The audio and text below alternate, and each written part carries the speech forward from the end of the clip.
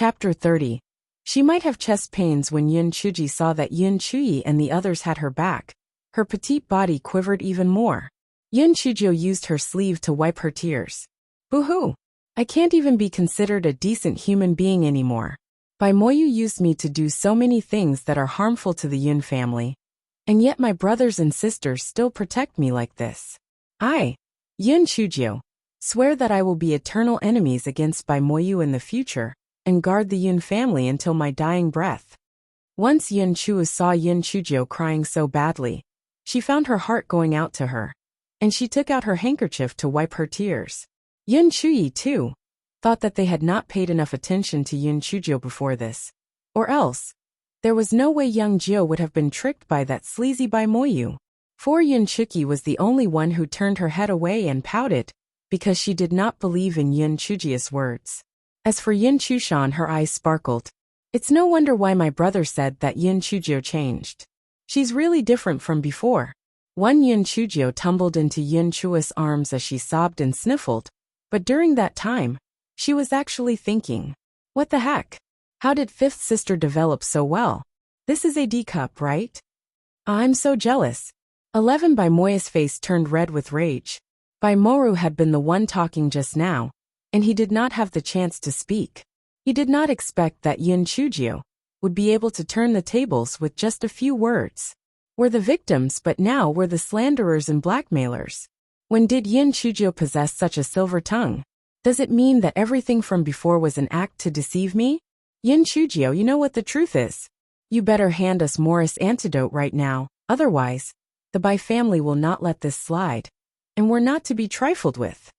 Bai Moya's expression was livid, and he wanted to strangle Yin Chujio badly. Yin Chujio was still sobbing softly, and she ignored Bai Moyu. Bai Moyu, young Jio already made it clear that what happened to Bai Moru has nothing to do with her. If you don't leave, don't blame me for not being courteous. Yin Chuyi took a few steps forward. Bai Moyu gritted his teeth. Yin Chuyi was already 19 years old, and he was also at the 4th level in spirit refinement realm. If he started a fight here, he would not be able to gain any sort of advantage. Besides, this was the Yin family's territory. What should he do? Even if his father and grandfather were to come here, as long as Yin Chujio refused to admit to what she did, the Yin family would protect her, and he would not be able to do anything to her. The Yin family was filled with people who had no sense of dignity as well. Yin Chujio had already betrayed the Yin family so many times in the past, and this time, she even stole the soul-gathering pill, and yet they still defended her. Really, don't they have any dignity whatsoever? Young Jio, I know you are angry with me.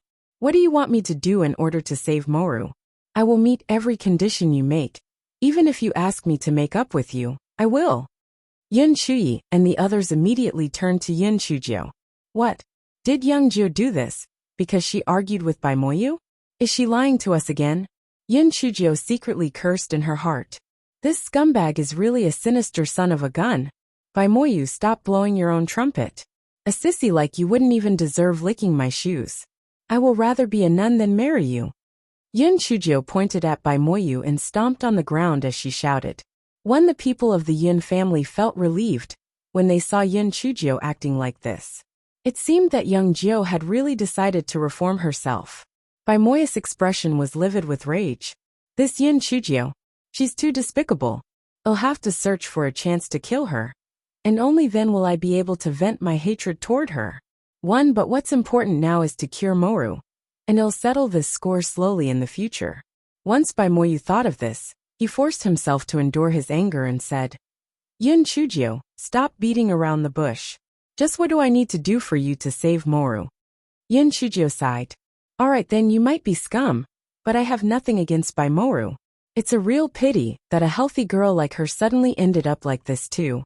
I think that she might be suffering from chest pains because of the fall. Probably should be yep. 1. However, is what Yin Chujio saying true? Is Moru really just suffering from chest pains? Will she get well after a few kicks? While Bai Moyu was still doubting Yin Chujio's words, and alarmed by the situation, Yin Chujio spoke again. By the way, this is just a gentle reminder. You can't kick her however you like when it comes to this sort of chest pain. You have to do it with skill, and at a certain frequency.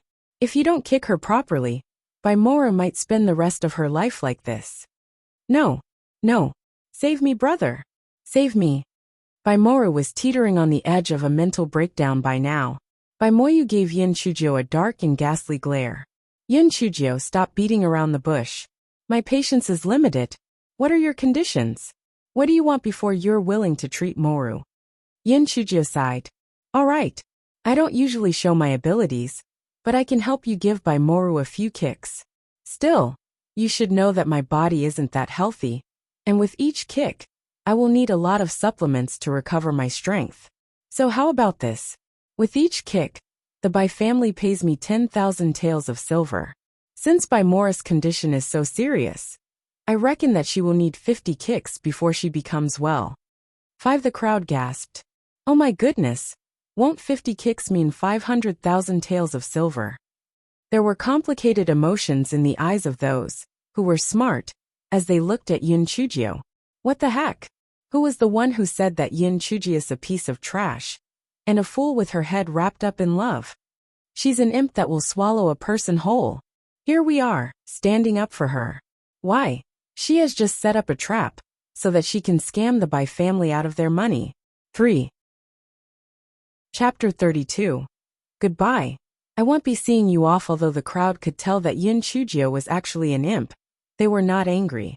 In fact, not only were they not angry, but they even craned their necks further and looked forward to the exciting verbal show-off. Baimoya's face turned as dark as a thundercloud.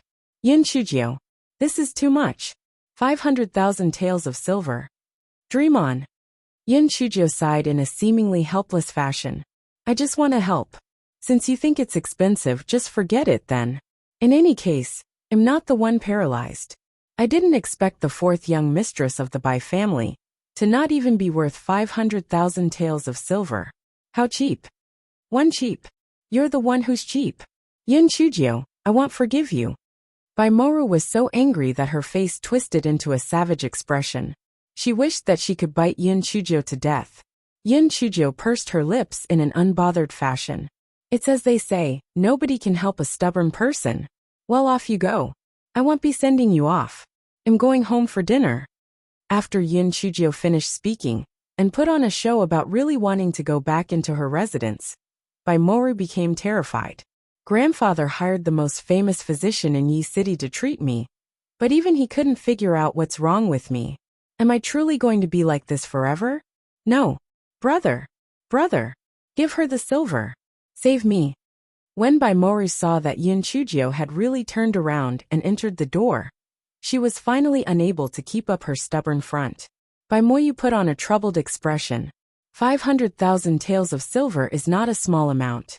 I can't really make the decision. Moru, wait here for a while. I'm going home to ask Grandpa for instructions. Baimoyu gnashed his teeth and decided to go back to ask Baipeng for instructions. Baimoru was also aware that 500,000 taels of silver was a big amount, so she could only agree to his decision. Yin Chujio did not care about all that. She skipped back into the residence and waved at Yin Chu, who was behind her. Fifth sister, let's go. Let's go and eat dinner in your courtyard. I'm starving. Yin Chu had clearly not snapped out of her daze just yet. She was not a fool, so she naturally knew that young Jiu was teaching the Bai siblings a lesson. Baimoyu is infamous for being a cunning man. But why is he akin to a monkey being led around like a fool in front of young Jiu? Yin Chu was absent-minded as she was dragged back to her courtyard and room by Yin Chujio. Behind them was Yin Chushi, who followed them in an incredibly awkward fashion. Hey, I'm not following you. I'm just afraid that my big sister will be fooled by you. Yin Chushi said arrogantly, but his face was suspiciously red. Yin Chujio cast him a glance, and there was a ghost of a smile on her lips. Puffed. I'm a magnanimous person, so I will not lower myself to the level of arguing with you, brat. Aren't you filled with adoration for me now? Don't you think that I'm great? Humph. You're just a useless waste of space who can't practice cultivation. What's there about you that's worthy of my adoration? I just think you're pitiful. Yin Chushi answered angrily. What an awkward brat. But seriously, it's a real problem that I can't practice cultivation in this space-time continuum. I don't know what the purple element is either. When dinner was served, Yin Chujia's mind was immediately occupied by the delicious food, and the matter of cultivation was thrown to the wind. Hey brat, the drumstick belongs to me. Oomph. I picked it up first, Yin Chujio. Release it. While Yin Chujio fought for her drumstick, Bai Moyu was being scolded in Bai Peng's study. Moyu, your performance today is really disappointing. Not only have you ruined the good reputation that we've painstakingly built over the years, but you were also led around like a fool by a piece of trash. Bai Peng's expression was dark, a clear indication that he was incredibly displeased. Grandpa, it is true that I was careless today. Be that as it may, how did Yin Chujio become so good with words, when I clearly deceived her out of her soul-gathering pill yesterday? It's truly strange. Stop trying to look for excuses. You're an elder brother, yet you can't even protect Ruer. You're really useless. Grandpa, what should we do now? Should we agree with Yin Chujio's condition? Although Bai Moyu was not happy with the fact that Bai Peng favored Bai Moru more, he did not dare show it on his face. Chapter 33. Getting the silver notes, forget 500,000, even if it costs 5 million, will still save her. In the future, it'll make the Yin residents cough up double the silver. As Bai Peng spoke, he brought out a stack of silver notes from a secret cabinet and passed them to Bai Moyu. Bai Moyu found the situation incredibly unfair. Grandpa favored Moru way too much. He did not even hesitate in giving away 500,000 taels of silver. He did not even say a bad word about Moru. Instead, Bai Moyu was the one who was scolded. Bai Moyu took the silver notes over and returned to the area outside the Yin residence's entrance with a gloomy face. The meddlesome onlookers who did nothing but watch and talk about the situation were all craning their necks to look around. When they saw Bai Moyu come back, all of them became excited, and their eyes shone with the desire for gossip. Bai Moyu glared at those surrounding him in a ghastly manner. These stupid fools. If I wasn't here to maintain my family's reputation, I would have killed all of them. When the people of the Yin residence saw that Bai Moyu was back, they immediately delivered the news to Yin Chujio. After Yin Chujio received their report, she calmly drank a cup of tea before she swaggered to the door. Yin Chusher poked Yin Chua and tried to send her signals through his eyes, but Yin Chua did not understand and asked him, "Tenth, what's wrong with your eyes? Did sand get into them?" Yin Chushi's expression froze. He saw Yin Chujio's derisive expression, and he said in exasperation, "Yin Chujio, what are you looking at? Did you actually think that you could trick the Bai family out of their silver so easily? You might go out for wool, but end up coming back shorn. That time, things won't end with just you embarrassing yourself. Wow, you're not bad, kid. Aren't you thoughtful of me? Don't worry, since I have the guts to do it, I'm fully confident that I can succeed. Don't worry about your sister. Good boy." Yin Chujio pinched Yin Chushi's small face before she quickly moved back. Yin Chusher screamed angrily and chased after Yin Chujio outside. Yin Chua rubbed her temples. Do the Chinese zodiac signs from these two devils clash with each other or something? Why do they never stop fighting? As Yin Chujio ran, she turned around to tease Yin Chusher, but he still could not catch up to Yin Chujio no matter how fast he ran. Yin Chusher was angry, but he could not help finding the situation strange. Yin Chujio is obviously unable to practice cultivation, but why is she able to run so quickly? The two children soon arrived at the entrance as they teased and quarreled with each other. Yin Chujio skipped outside, and once she did, her mouth unwittingly twitched a little at the sight. The people in Yi City did not seem to have any sort of entertainment after their work. In just a short time, there were already a few thousand people outside the Yin residence, and they were all waiting eagerly for Yin Chujio to come out. "For Yin Chujio, I've brought the silver notes. If you can't treat Moru, the Bai family will not spare you."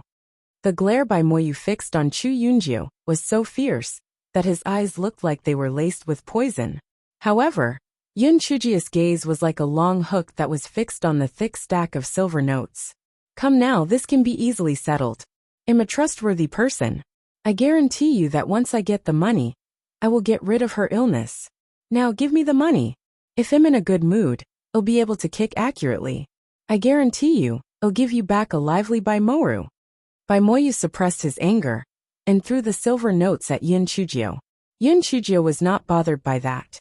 She took the silver notes and counted them for a total of 8 times before she grinned and separated the silver notes into 2 portions. Then, she put them into 2 money pouches. When Baimoyu saw the money pouches Yin Chujio took out, anger burned so fiercely in him that he almost fainted. Damn it! The money pouches that Yin Chujio is holding are mine and Morris. He had never seen such a plucky thief who would dare take out the money pouches she stole so brazenly and use them in front of the owners. How despicable! Yin Chujio was not aware of what her act entailed at all. Her theory was that since the money pouches were in her hands, they were hers. If Baimoyu had the ability, he was welcome to snatch them back. She was going to drive him so mad that he died of a stroke. Excuse me. Move aside. Clear up some space for me. I'm using young Jio's shadowless feet as the treatment. Yin Chujio put away the silver notes and skipped along until she arrived before Baimoru's soft couch. Chapter 34.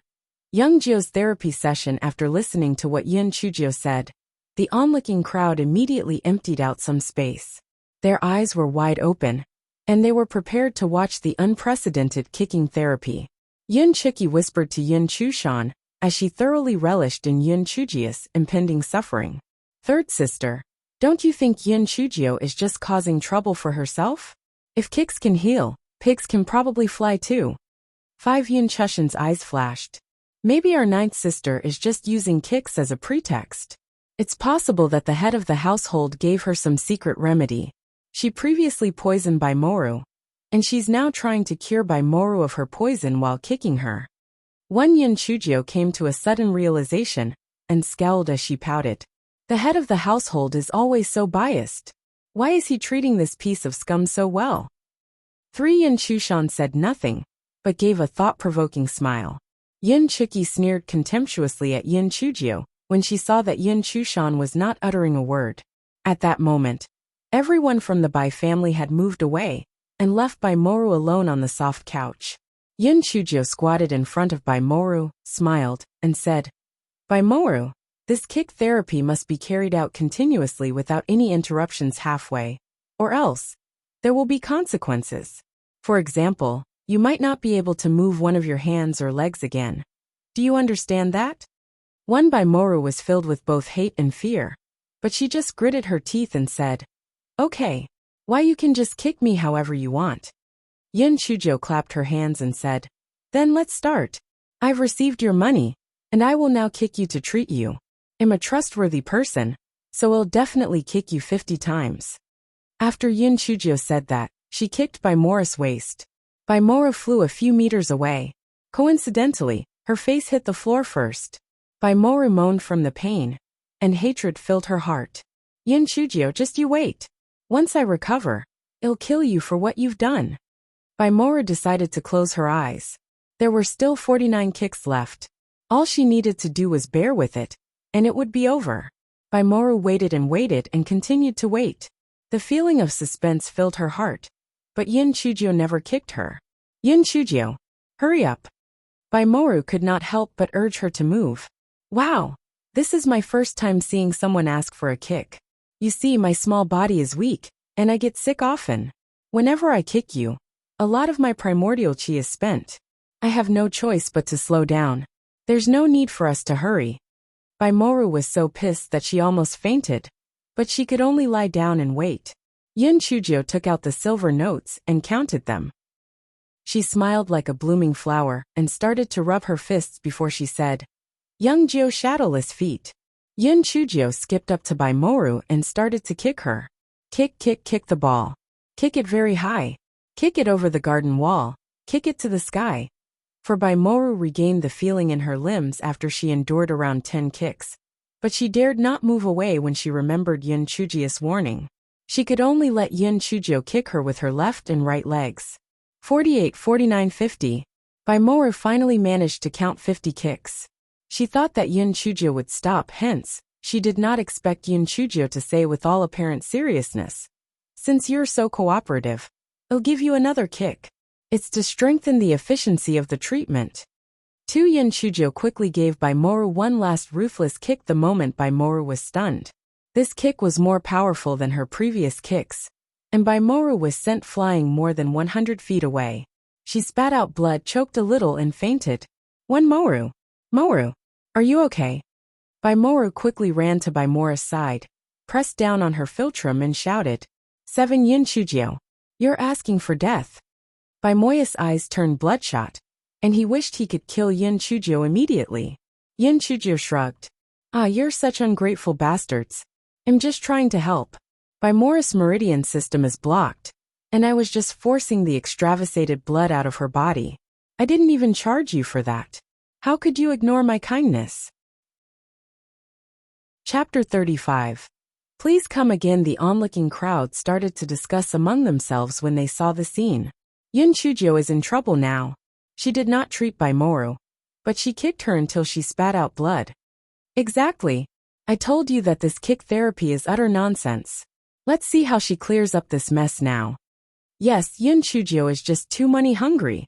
This is basically the same as her wanting money so much that she's willing to throw her life away. The Bai family will not forgive her this time around. Yin Chujo could not help but glower. The crowd's standpoint fluctuated a little too much. How could they? They've shifted their standpoint so quickly.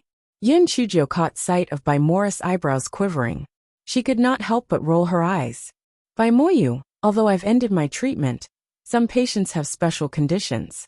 They require intense pain and stimulation for them to recover. Don't worry. She will be able to jump around energetically after I give her some stimulation. Baimoru was doubtful, but he could no longer tell whether Yin Chujo was lying or not. However, he was worried that he would get scolded by Baipeng if Baimoru did not wake up. He asked doubtfully, Are you telling the truth? Of course. Since when have I ever lied? Can anyone lend me a dagger or long needle? It'll make Baimoru bleed a little. Yin Chujo said firmly. Someone in the crowd volunteered. Miss Yinjio, I have a dagger. Miss Yinjio, I have a long needle. It's used to sew soles to shoes, and it should be long enough. Miss Yinjio, if that doesn't work, I have a sword. It can be used for bloodletting too. Baimoru had been pretending to be unconscious, but she immediately felt as if she was on the verge of a stroke. If she did not wake up soon, someone might actually come over and offer up their kitchen knife. Baimoru immediately opened her eyes and moved her arms as well as legs. She pretended to be excited and said, Big brother, I can move now.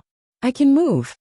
When Baimoru heard Baimoru say that, he knew that he could no longer cause trouble to Yin Chujo. He let Baimoru take a blood-clotting pill and helped her onto the soft couch. Baimoru looked like a drowned mouse right then. Her hair was a mess, and her clothes were covered in dust. There were even blood stains on it. Baimoru glared at Yin Chujo. Yin Chujo, Baimoru will make you pay for the humiliation I've suffered today. Yin Chujo smiled and cast Baimoru a glance. Sure. Please come again. But next time, I will charge you 100,000 taels of silver for each kick. Baimoru felt anger flare in her chest, and she almost coughed up blood again. Moru, there's no need to argue with people like her. Let's go. Baimoru waved his hand as a signal for the people from the Bai family to leave. Yin Chujo blinked and went to Baimoru's side to airily whisper. Baimoru, you must remember to eat the soul-gathering pill that I previously gave you. That's a really good item. Baimoru stopped moving and scowled. Yin Chujo, what do you mean? Nothing. It's just a casual remark, don't mind it. Yin Chujo bared her teeth at Baimoru and showed him a look that said, You don't have to think into it too much. A storm raged in Baimoru's heart. What is Yin Chujo trying to say? Would she be so kind-hearted to remind me to eat the soul-gathering pill? Or is something wrong with the soul-gathering pill? Could she have deliberately given me the soul-gathering pill? Have I harmed my grandfather? The more Baimoru thought about it, the less confident he became. He went straight to Baipeng's study when he reached the Bai residence. Grandpa, have you eaten the soul-gathering pill? Baipeng frowned. Not yet. What happened? I suspect that something is wrong with the soul-gathering pill. Baimoru then proceeded to voice out his assumptions with worry in his heart. 2. Chapter 36. Girls should be more elegant. Grandpa. Yun Chujio is very cunning. I underestimated her in the past. I suspect that she has done something to the soul-gathering pill. Bai Peng became anxious and doubtful as well. Items meant to be taken orally were to be treated with great care. If he got careless, his cultivation base might end up running rampant, and all of his hard work over the past few years would be gone. The more Bai Peng thought about it, the more terrified he became.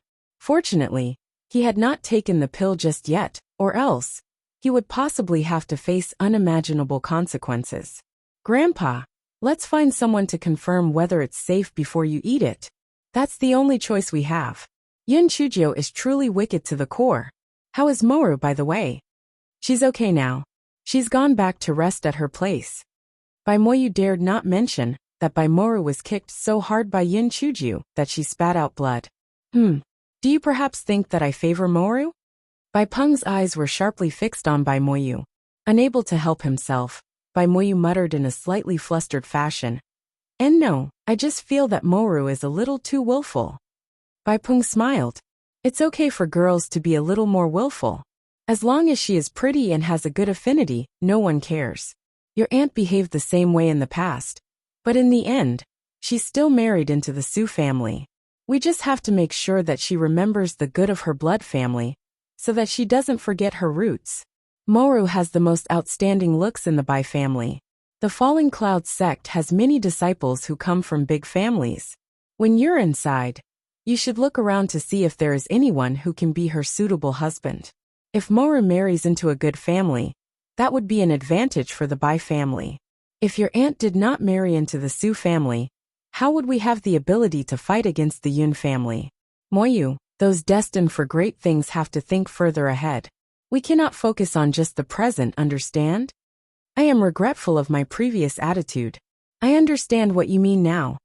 Bai Moya's concerns seemed to be instantly cleared, and the dissatisfaction in him immediately disappeared. When the two of them chatted for a while before Bai Moya's gaze gained a fierce light. Grandpa, Yun Chujio is truly detestable. I'll find a chance to kill her. She is just a human waste who took advantage of the situation. You and Morris' top priority right now should be practicing cultivation and grabbing a chance to pass the entrance exam for the Falling Cloud sect. If both of you reach the 7th level in Spirit Refinement Realm, it would be a piece of cake to get rid of the Yun family, much less Yun Chujio. Bai Peng obviously did not regard Yun Chujio as any form of threat. Bai Moyu may have verbally agreed with his grandfather, but he still made the decision to search for a chance to kill Yun Chujio. Damn it! Which bastard is talking crap about me behind my back? Yun Chujio sneezed violently in Yun Xiaoshan's study. Yun Xiaotian scowled at her. A girl should be more elegant. Yun Chujio grinned. Grandpa, how could an elegant girl get so many silver notes? What do you want? I'll buy it for you tomorrow. When he heard Yun Chujio say that, Yun Xiaotian felt happiness bloom in his heart. He was smiling so widely that he could not even close his mouth even if he wanted to. There was no way he would even be thinking about rudeness and elegance anymore.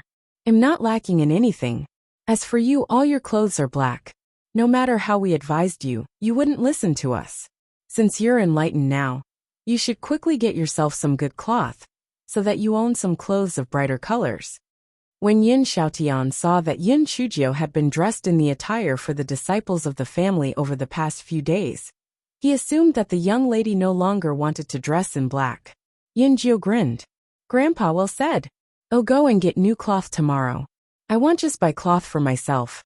I'll also buy them for you, my first uncle, and my first aunt. After all, I'm rich now. Yun Xiaotian felt comforted, and the more he looked at Yun Chujio, the more he found her pleasing to the eye. He felt that his hard work had finally paid off after all these years, and he could finally stop letting his youngest son, as well as his youngest daughter-in-law down. As the granddaughter pair chatted happily, thunder rumbled outside, and raindrops the size of beans started to fall from the sky. Chapter 37. Getting struck by lightning. Oh, it's raining. Grandpa, I have to go back to my place now. Otherwise, when the rain gets heavier, I can't go back. Yun Chujio looked outside and said, Go back with an umbrella. Be careful on your way, don't slip. Yin Xiaotian took out an oil paper umbrella and handed it to Yin Chujio. Yin Chujio took the oil paper umbrella and went out of the study room with a smile. The gremlin was currently in a very good mood.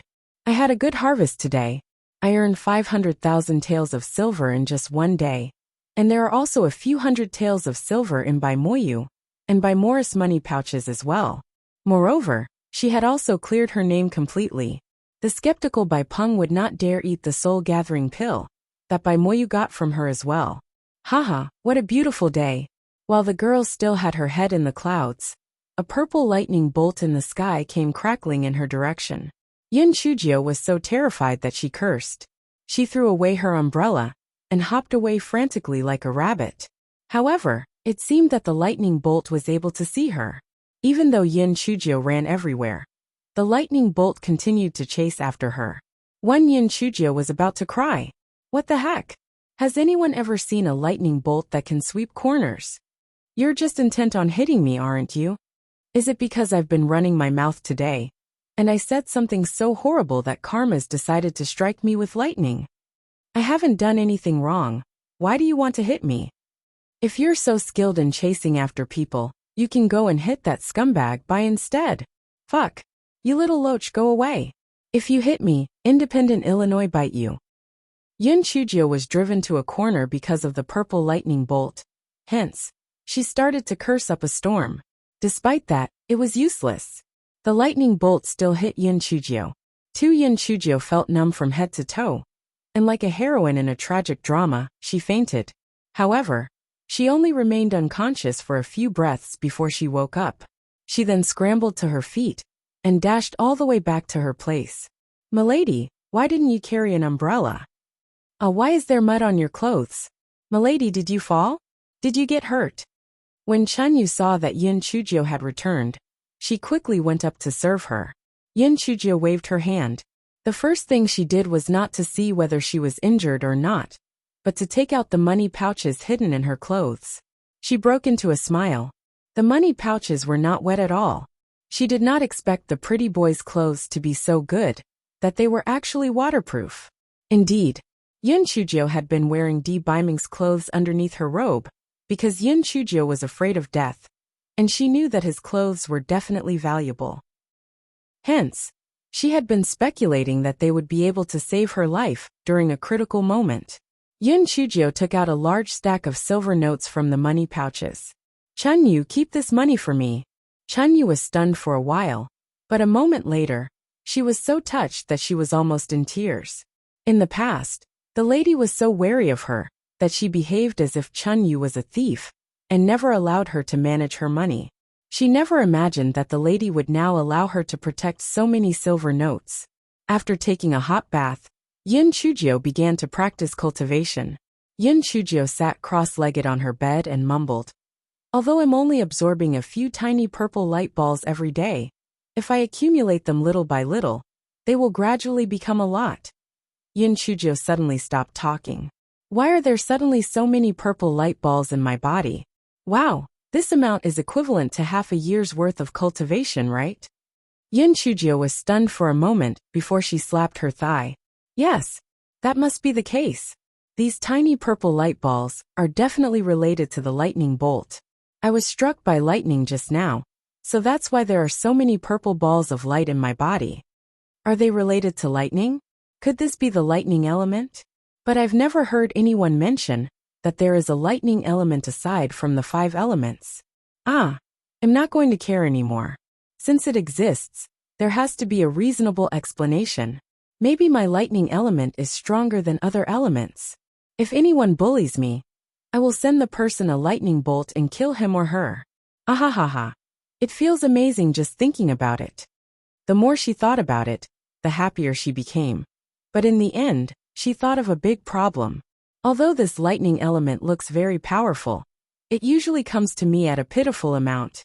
If I cultivate it step by step through conventional means, who knows how many years it will take before I can become someone powerful. Yin Chujio had a bitter look as she rested her chin on her palms, and she began to sigh. All of a sudden, her eyes lit up. She jumped up from her bed, pushed open her door, and rushed into her courtyard. 2. Chapter 38. Human lightning rod. It was Chunye's turn for watch duty outside Yin Chujia's house that night, and she was startled when she saw Yin Chujio. "Milady, what are you doing? It's raining outside. Just stay in the house obediently. Leave me alone, I am cultivating." Chunyu looked baffled. "Cultivating? There's a thunderstorm outside, and you're going out to cultivate? Are you kidding me?" "One, milady." Chunyu did not feel at ease, and was prepared to dissuade her. "Chunyu, if you continue dilly-dallying, I will go to Grandpa tomorrow and have him assign me another maid." Yin Chujio was in a hurry to verify her hypothesis outside, and she had no time to spend giving any sort of explanation to her maid. Hence, she could only use her trump card. Just as she had expected, Chunyu pursed her lips as if she had been wronged, and she said nothing else. Yin Chujio stood in the middle of the courtyard and waited to be struck by lightning with an eager look on her face. Rumble.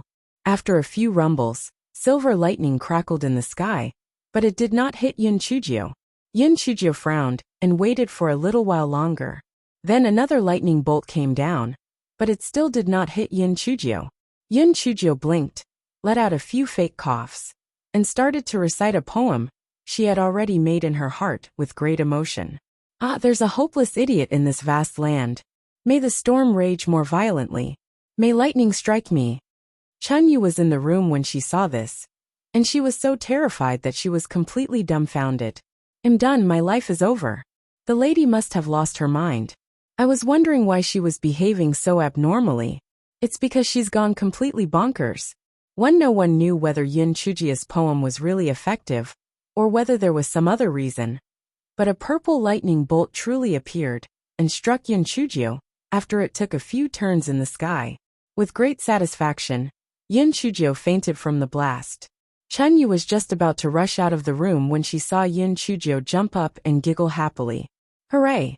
My guess was right. Ha ha ha. 2, my dear little thunder. Hurry up and come to me. I will treat you gently. Little spark, little lightning, little thunder. Hurry up and come to me." Unfortunately for Yin Chujio, no matter what kind of purple prose spilled out from her lips, no lightning struck Yin Chujio again, although lightning flashed in the sky and thunder rumbled. Yin Chujio was angry. "Well, I refuse to believe it. I'll definitely find a way for you to hit me." Yin Chujio ran into the house, and Chunyu finally breathed a sigh of relief. It looks like the lady is back to normal now. However, she did not expect Yin Chujio to pick up a copper basin specifically used to wash her face, put it over her head, and rush out again. Yin Chujio climbed up a tree in the courtyard, tied herself to the tree with her belt, and waved the copper basin in her hands with gusto. For Yin Chujio was feeling smug. "Ha, loser. I'm now a human lightning rod. Let's see whether you'll hit me now." Just as she had anticipated, a silver lightning bolt charged toward her. Yin Chujio was struck, and she fainted as per her wish, but because of the belt, she did not fall to the ground. In just the span of a few breaths, Yin Chujio woke up, and was incredibly pleased with herself. "Haha, I'm so smart. The power of thunder and lightning came so easily to me. In minutes, I'll definitely be able to cultivate an ultimate skill. Ha ha ha. The opportunity for me to dominate the land is here." 3 and Feng, who was hiding in a dark place, was dumbfounded. This dark-skinned girl is too good at causing trouble. I won't say anything about the chaos she stirred during the day, but why is she coming out at night to get hit by lightning instead of sleeping? Is something wrong with her head? 5. Do I need to tell the Supreme Lord about this? Why would such a lunatic need my protection? 1. However, the dark-skinned girl was quite resistant to thunder. After being struck by lightning, she was able to recover after just a few breaths. Suddenly, the dreary sky seemingly split open, and a bolt of purple thunder with a breadth as thick as the rim of a bowl came charging downward. 2. Chapter 39. She actually had the guts to go and die. When Enfeng registered what happened, it was too late. The purple celestial lightning in the sky struck Yin Chujio directly, while she was busy feeling smug about herself. The remaining force from the celestial lightning reduced the big tree, where Yin Chujio was tied to, into charcoal, and a huge pit appeared on the ground. Wen Chunyu was so scared that she fainted straight away when she saw this. And Feng's heart let out a loud thump against his chest. It's over. The lightning must have reduced the dark-skinned girl to pieces by now. Even spirit emperors would find it difficult to resist celestial lightning bolts with such great power. Besides, the dark-skinned girl doesn't have any spiritual energy at all. After waiting for a long time, and Feng saw no movement from the pit. His hands trembled, and he took out a voice transmission talisman. Supreme Lord, the dark-skinned girl has been struck dead by lightning. 3 and Feng felt a little sad. Although the dark-skinned girl's crazy, she's still very interesting. What was the Supreme Lord thinking? If he really does fancy this dark-skinned girl, won't he be really sad? Well, he had been neglectful of his duties. He should have tried to scare her off the tree the moment she climbed up. Since it had already happened, he would just wait for the Supreme Lord to punish him. While Feng was busy blaming himself, Chunyu, who was at the door, snapped out of her daze. She ran to the side of the pit as she cried, "Milady! New milady! You died so miserably!" Hack! Cough! Wheeze! A few coughs came from the deep pit. A pair of dark hands grabbed the edge of the pit, and someone climbed out. "Don't cry. I'm not dead yet. It won't be that easy to get rid of me." A black charcoal head popped out of the pit. Chunyu was so terrified that she collapsed on the ground. Ghost! Help! The black charcoal head bared her teeth, showing 2 rows of white chompers. "What ghost?" "It's me, your mistress." "Milady?" It's really you. I'm so glad you're not dead, milady." Sob. Chunyu wept with joy. The moment Yun Chujio was struck by the purple lightning, she really thought she was about to die. However, after Yun Chujio was struck, she woke up very quickly. Despite that, her body refused to listen to her, and she could only fall into the pit. The mighty force of the lightning bolt surged through Yun Chujio's body, and she felt as if her body was about to explode.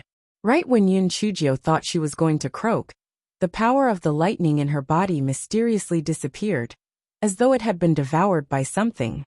"Milady, you're your hair!" While Yun Chujio was in a daze, Chunyu screamed in shock. Yun Chujio touched her head. "What the heck? Oh my gosh, I'm bald." 7 Yun Chujio lowered her head.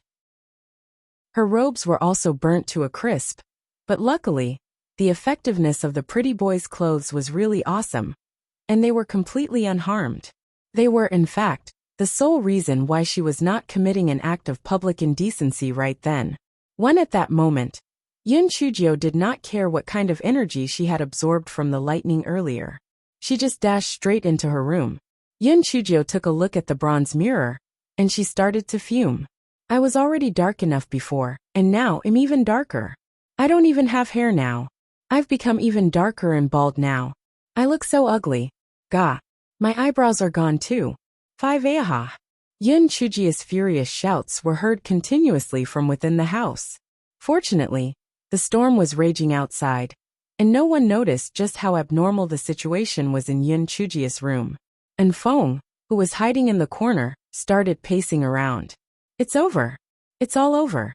This is truly it for me." And Feng smacked himself. "Why did you act so quickly? Why didn't you check whether the dark-skinned girl was really dead before you sent the voice transmission talisman? Now look, the dark-skinned girl is still alive." There was a limit to how many voice transmission talismans a person could send between 2 continents. He could no longer use a voice transmission talisman for another 3 days. If the Supreme Lord really thought that the dark-skinned girl was dead, he would be sad for nothing. If he knew that the dark-skinned girl was still alive, he would not spare Feng for providing him with false information. Feng felt a chill run down his spine, and he found that his future was bleak. At the same time, a certain Supreme Lord was holding a voice transmission talisman in his hand, with an angry look on his face. "The dark thing is dead?" The first thought this certain Supreme Lord had was not that he could no longer get rid of the cold poison in his body. Instead it was, how could the dark-skinned thing die? Even I was reluctant to kill her. Yet she had the guts to go and die? The audacity. 5. Chapter 40. Your whole family is a laughing-stock. The more Biming thought about it, the angrier he was. He smashed the table in front of him. "Anine, come with me to the Qingxian continent." Yes, Supreme Lord. An Een and Feng were complete opposites. An Feng was extroverted, while An Een had a poker face and seldom showed any expression. However, he was curious. Why would the Supreme Lord want to suddenly go to the Qingxian continent when it was dark outside? Did they not just come back from that place? Even so, he remained expressionless. Yin Chujio did not know that her Prince Charming was coming. After she took a bath, she began to allow her mind to wander, while she cupped her face in her hands. Yin Chujio thought about how she was struck by the lightning bolt in detail. It seemed that the purple lightning would take the initiative to hit her, while normal silver lightning bolts would only hit her if she attracted them to her using metal. Why is that so? She usually absorbed purple light balls, but she had never absorbed silver light balls. So was the silver lightning useful to her at all? Yin Chujio sat down cross-legged and used her inner vision to examine her Dantian region. Yin Chujio was stunned when she saw what had happened to her Dantian region. The purple light balls in her Dantian region were happily swallowing the silver light balls. What the heck? What's going on?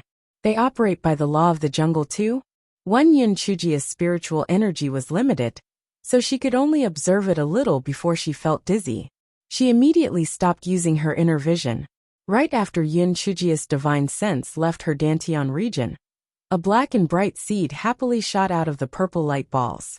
There was already a crack on the seed, and it looked as if it was about to begin germinating at any moment.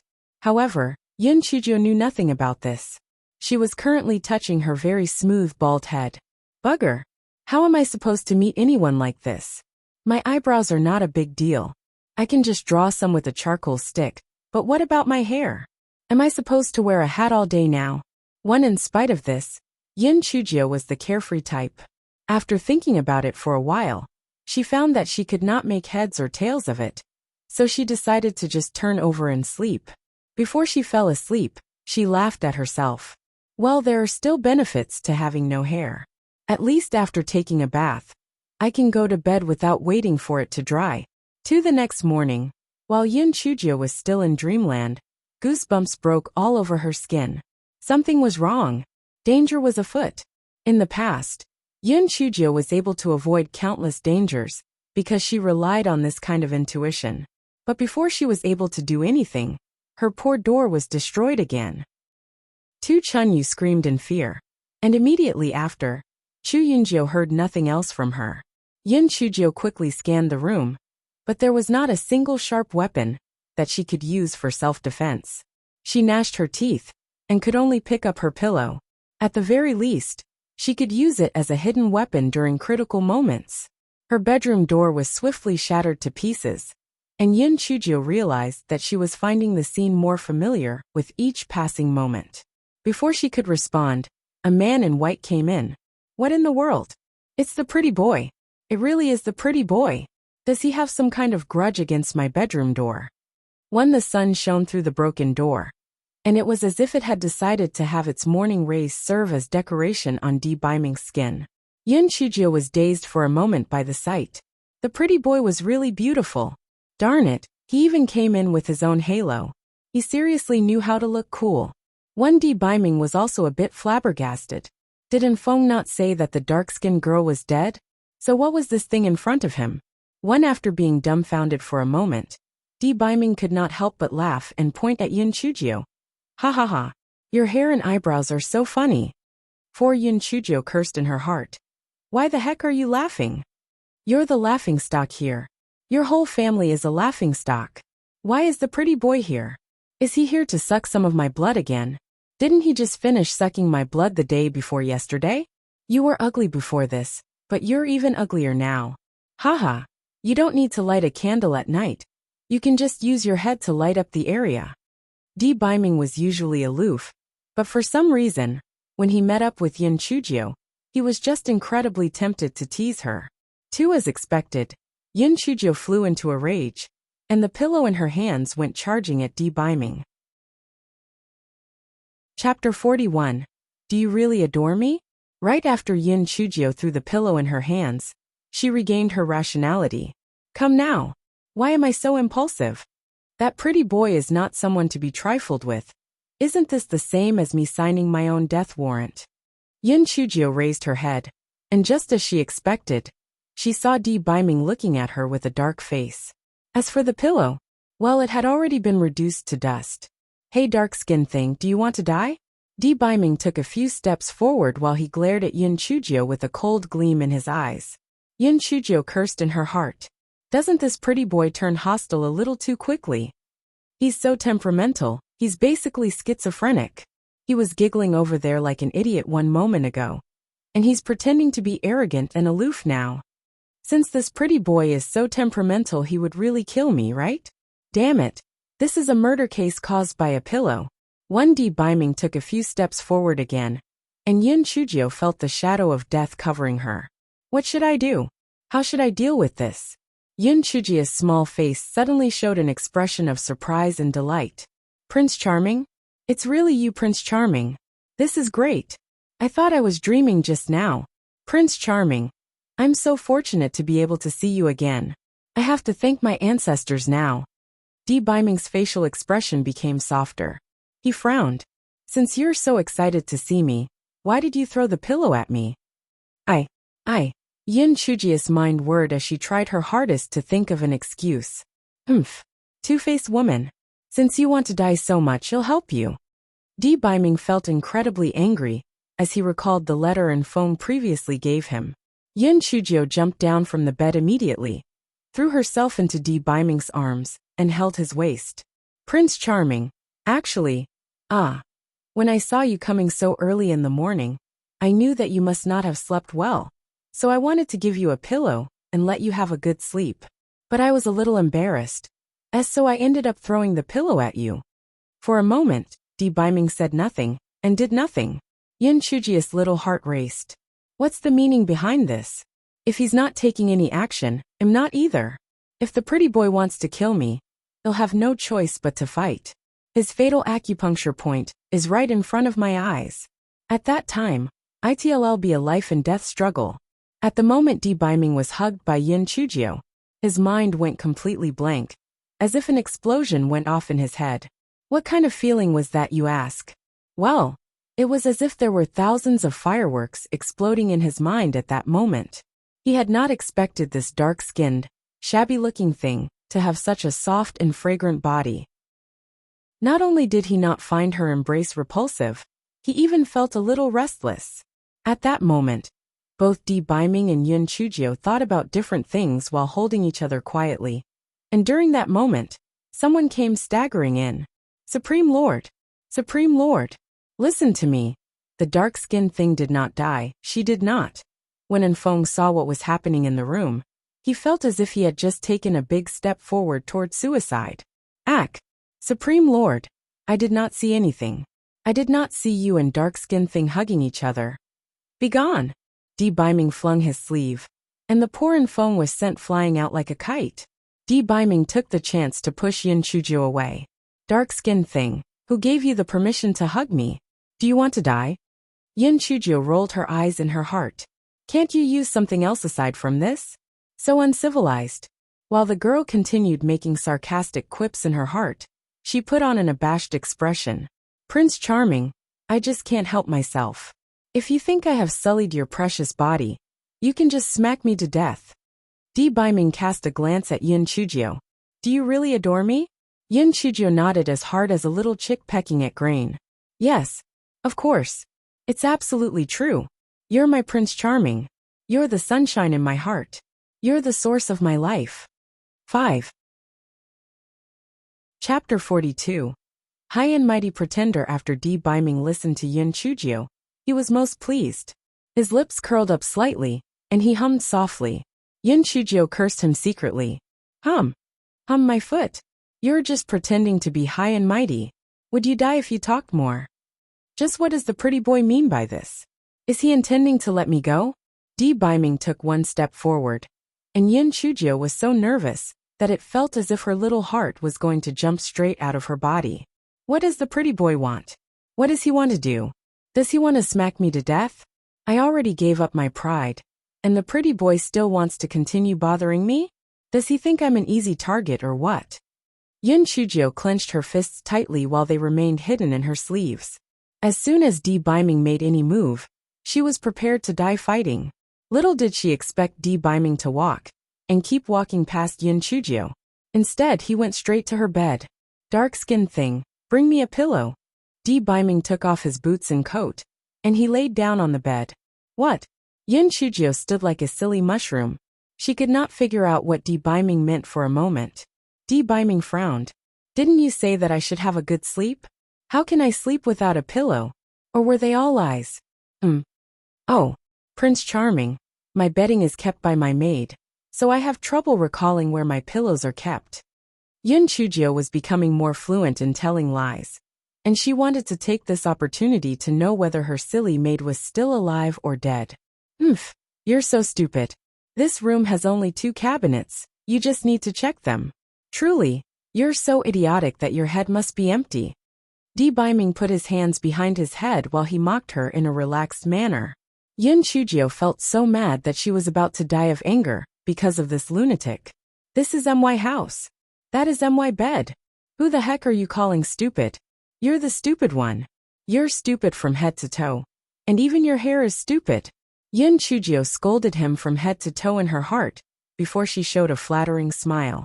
Prince Charming, not only are you so good-looking that nobody can beat you in terms of looks, you have remarkable foresight as well. Truly, I feel ashamed before you. Di Biming felt that the dark-skinned thing was really good at words. Although he always heard people flattering him, their words were too pretentious. Unlike this dark-skinned little thing in front of him, he could tell she really adored him. This dark-skinned thing was quite good. Yin Chujio found a pillow from her cabinet and went to stand in front of her bed in a servile manner. Prince Charming, raised the pillow. Di Biming glanced at Yin Chujio before he pursed his lips. You look really ugly. Pretty boy, aren't you being really mean? Just you wait. A girl takes her sweet time for revenge. I will make you kneel down and submit to me one of these days.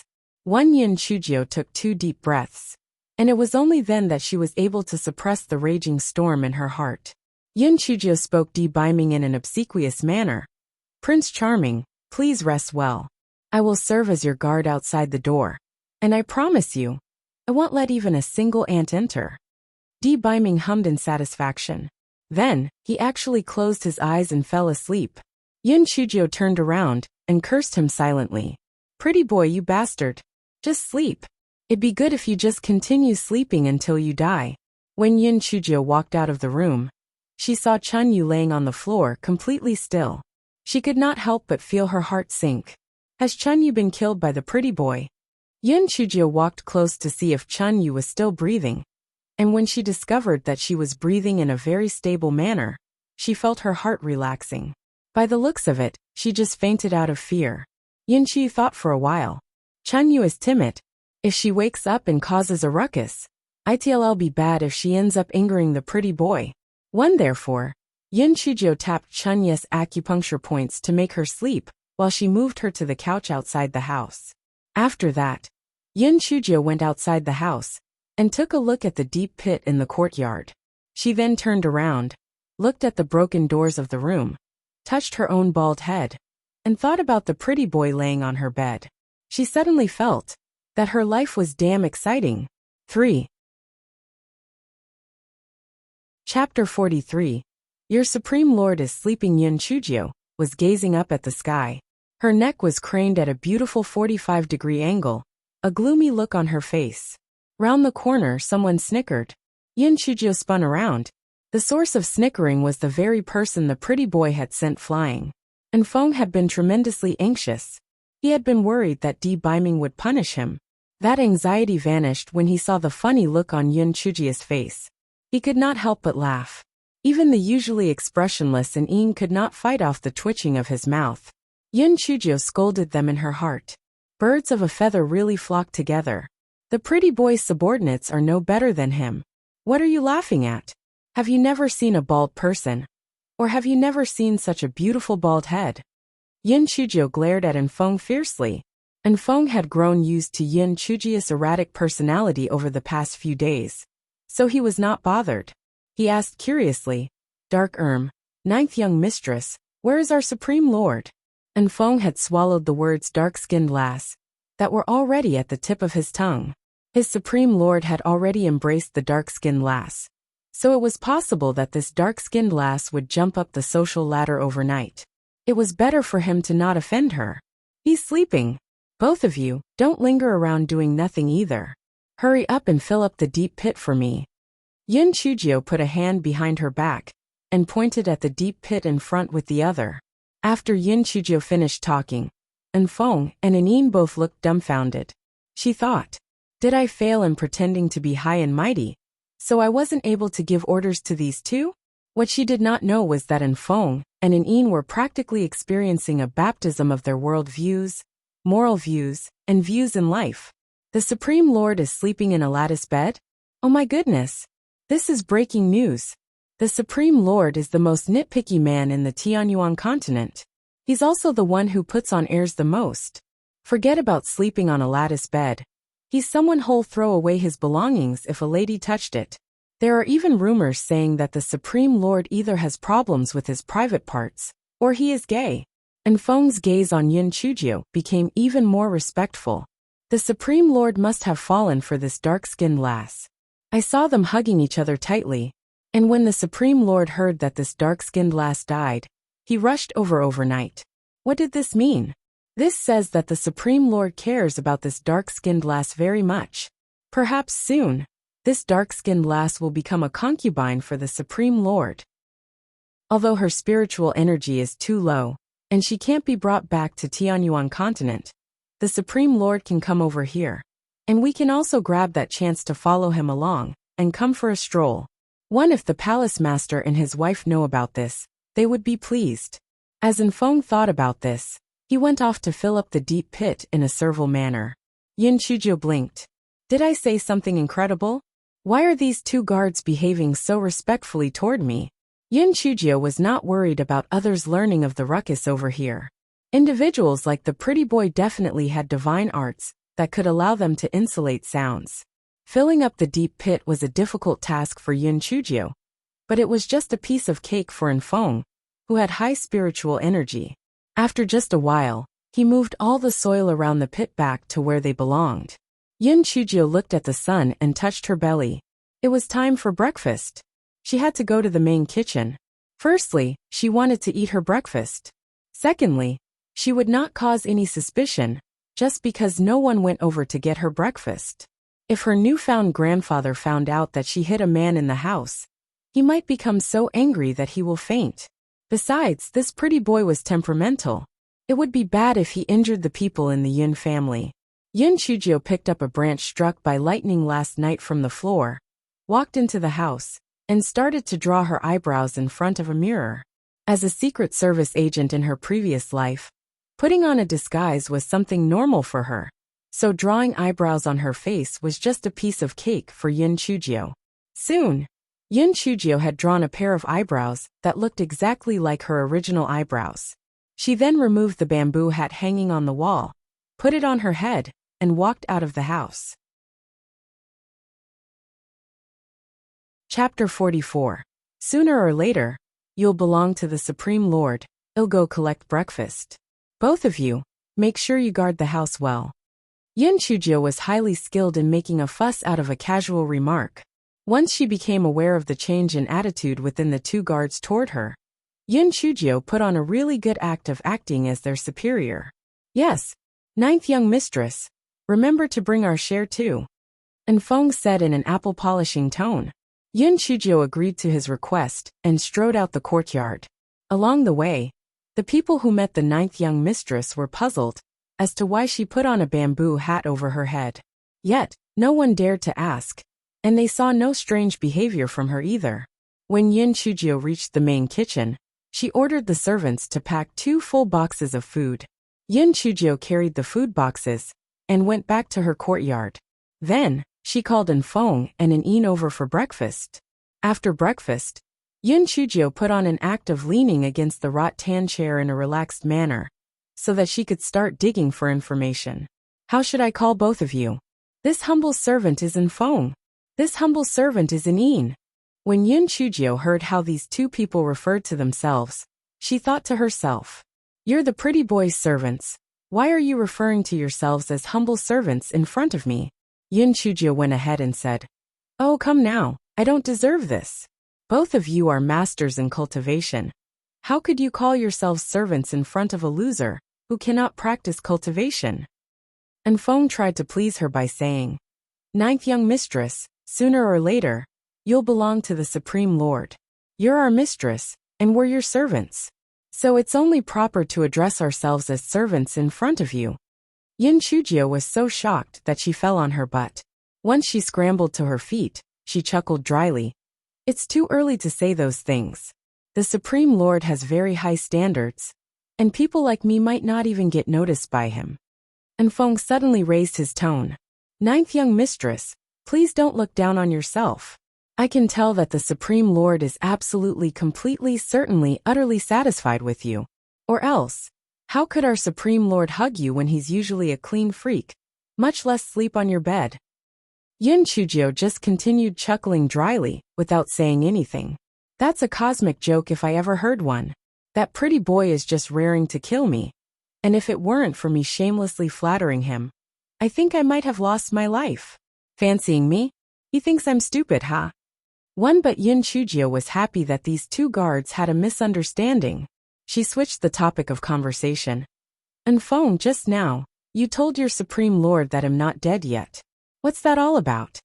And Feng blinked. He was not as stupid as to tell the truth, so he grinned and said, "Our Supreme Lord suddenly felt a pain in his heart yesterday night, and he thought something happened to you. So we rushed over that same night. I noticed there was nothing abnormal in the residence, and went to inform the Supreme Lord. But I didn't expect that I'd get chased out by the Supreme Lord." Yun Chujio naturally did not believe in the nonsense and Feng just spouted away. But she had not expected Di Biming to send someone to protect her in secret, so she did not continue demanding answers. And Feng sighed in relief in his mind. "It's not easy to trick this dark-skinned lass. I need to be more careful later on. Ninth young mistress, what's wrong with your hair and eyebrows?" And Feng pretended like he knew nothing. "I accidentally got struck by lightning." Yin Chujio just whipped out a half-truth. And Feng was cackling in amusement in his heart. "Accidentally? Aren't you the one who went out of her way to attract lightning? But why did you go and attract lightning, anyway? Ninth young mistress, our Supreme Lord can get a hair growth pill for you. After dissolving it in water, wipe it on your head, and it can speed up hair growth. Once our Supreme Lord is awake, you can ask it from him." And Feng then thought, "Supreme Lord, this is all I can help you with. I hope you can reduce my punishment because of this." Just as he expected, happiness bloomed on Yun Chujio's face. "Is that true? If I use this hair growth pill, how long will it take before my hair grows? Although it can't help you recover it to the point that it used to be, it can still help you gain an inch per day." Yin Chujio nodded. "It's fine even if it's just an inch per day. It's better than being bald." Yin Chujio made up her mind. No matter what, she would absolutely get the hair growth pill from the pretty boy later on. 2 hours later, Di Biming's voice traveled out lackadaisically from the room. "Dark-skinned thing, I'm hungry." Chapter 45. "Please help me, Prince Charming." Yin Chujio gnashed her teeth in secret. "Excuse you, what does being hungry have anything to do with me? Am I your mom or dad?" But while Yin Chujio thought gloomily in her heart, she said, "Prince Charming, your breakfast is still warm, I'll bring it to you now." Yin Chujio felt that she would definitely go crazy if she continued acting like this. Yin Chujio carried a food box and went into the room in a servile manner. Luckily, the 3 people outside had only eaten the food in one food box in the morning, and as it happened, she could just give this food box to Di Biming. Di Biming was leaning against the bedside lackadaisically, and he smiled a little when he saw Yin Chujio striding inside. "Prince Charming, you're awake now? Why do you look even more charming after your sleep?" Yin Chujio put on a fawning look. Di Biming had enjoyed Yin Chujio's great confession, and hummed faintly. He moved in front of the table, and ate his breakfast slowly. Yin Chujio put her hands under her chin, and kept looking at Di Biming without blinking. Darn it! How could this pretty boy be so good-looking? It's so unreasonable. I really wish I can draw a small tortoise on his face. Let's see whether hell still looks so pretty even after that. As Yun Chujio continued thinking, an enigmatic smile showed up on her face. Di Baiming naturally noticed Yun Chujio's passionate gaze and felt proud. This dark-skinned thing must be deeply in love with me, or else she would not look so infatuated even when she looks at me eat. After Di Baiming ate his meal, he coughed, and Yun Chujio snapped out of her sweet dream. Prince Charming, you finished eating? Yes. Prince Charming, let me give you a massage. Yun Chujio quickly tried to curry favor with Di Beijing when she remembered the hair growth pill and Feng mentioned. Di Baiming was stunned. He was still not used to having someone be so near to him. But he was not that averse to Yun Chujio's presence. And as if he were granting a special favor to Yun Chujio, he said, "All right. Since you're so sincere, I'll allow you to do it." Yun Chujio felt like strangling this pretty boy, who just loved to pretend to be cool. But unfortunately for her, she could only think about it. Yun Chujio ran behind Di Baiming in a servile manner, and started to seriously massage Di Baiming's shoulders. In the beginning, Di Baiming's body was quite taut, but no one knew whether it was because Yun Chujio's skills were really good, or whether it was for some other reason. But Di Baiming slowly relaxed, and he felt that the sensation of being massaged was actually pretty good. Even the dazzling sunlight shining from outside became pleasing to the eyes. "Prince Charming, could you help me out a little?" Yun Chujio finally let the cat out of the bag. "Speak," said Di Baiming faintly with his eyes closed. "Well, isn't my hair all gone? I'm really a little ugly because of it, and I know that you have a lot of methods up your sleeves. So could you help me get some pills that will promote hair growth? How did you lose your hair?" Di Baiming did not agree nor disagree. Yun Chujio blinked, thought about things for a while, and decided to tell the truth. "I mean, I'm useless when it comes to cultivation, right? But after being struck by lightning yesterday, I found out that I can absorb the power of lightning. So I climbed up to the tree and wanted to absorb more. But I didn't expect myself to overdo it, so I ended up like this." Di Baiming's expression changed. "What? Absorbing the power of lightning?" Di Baiming thought about this for a moment. Then, an expression of realization appeared on his face. "It's no wonder why I wasn't able to help clear the dark-skinned thing's blocked meridian system last time. So, she has the rare lightning spirit root." Yun Chujio was a bit worried when she saw Di Baiming not speaking for a while. "Prince Charming, is something wrong?" Di Baiming had a thought appear in his head, and he solemnly said, "Yes. The cultivation of lightning spirit roots is different from the cultivation of other spirit roots. If no one guides you, it'll be very easy for you to go through chi deviation." Chapter 46. So, you're the culprit. Yun Chujio was someone who treasured her life greatly. When she heard Di Baiming say those words, she immediately shouted in surprise and fear. "Huh? Is there such a saying? Who should I find to guide me?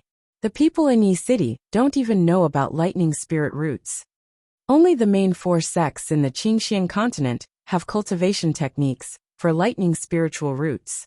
But it's not easy to become one of their disciples, especially for someone stupid like you," Di Baiming said scornfully. Yun Chujio was so angry that she glared at him, and she used more strength in her hands. "Yes, not bad. This is just nice. You used too little strength just now," Di Baiming said in satisfaction. Yun Chujio was so mad that she twitched, and she had a strong urge to kick Di Baiming. However, she put up with it in order to protect her own life. "In truth, I can guide you a little, but I'm busy." Yun Chujio was a smart girl, and she immediately guessed what Di Baiming was trying to say. "Prince Charming, I just know that you're capable of doing anything you want. I might be a little slow in the head, but I'm hardworking. Like they say, hard work can compensate for a lack of natural talent. If you can guide me, I'm willing to serve you faithfully." When Yun Chujio saw that Di Baiming was not talking, she decided to put in more effort and said, "Prince Charming, think about it. If you train me well, I can strike down those people whom you hate with lightning. I'll be really cool." Di Baiming continued to remain silent. "Prince Charming, once I complete my cultivation, I can bring forth lightning for your entertainment at night, and I'll be way classier than fireworks." Di Baiming felt his lips twitch. This dark-skinned thing sure has a unique thought process.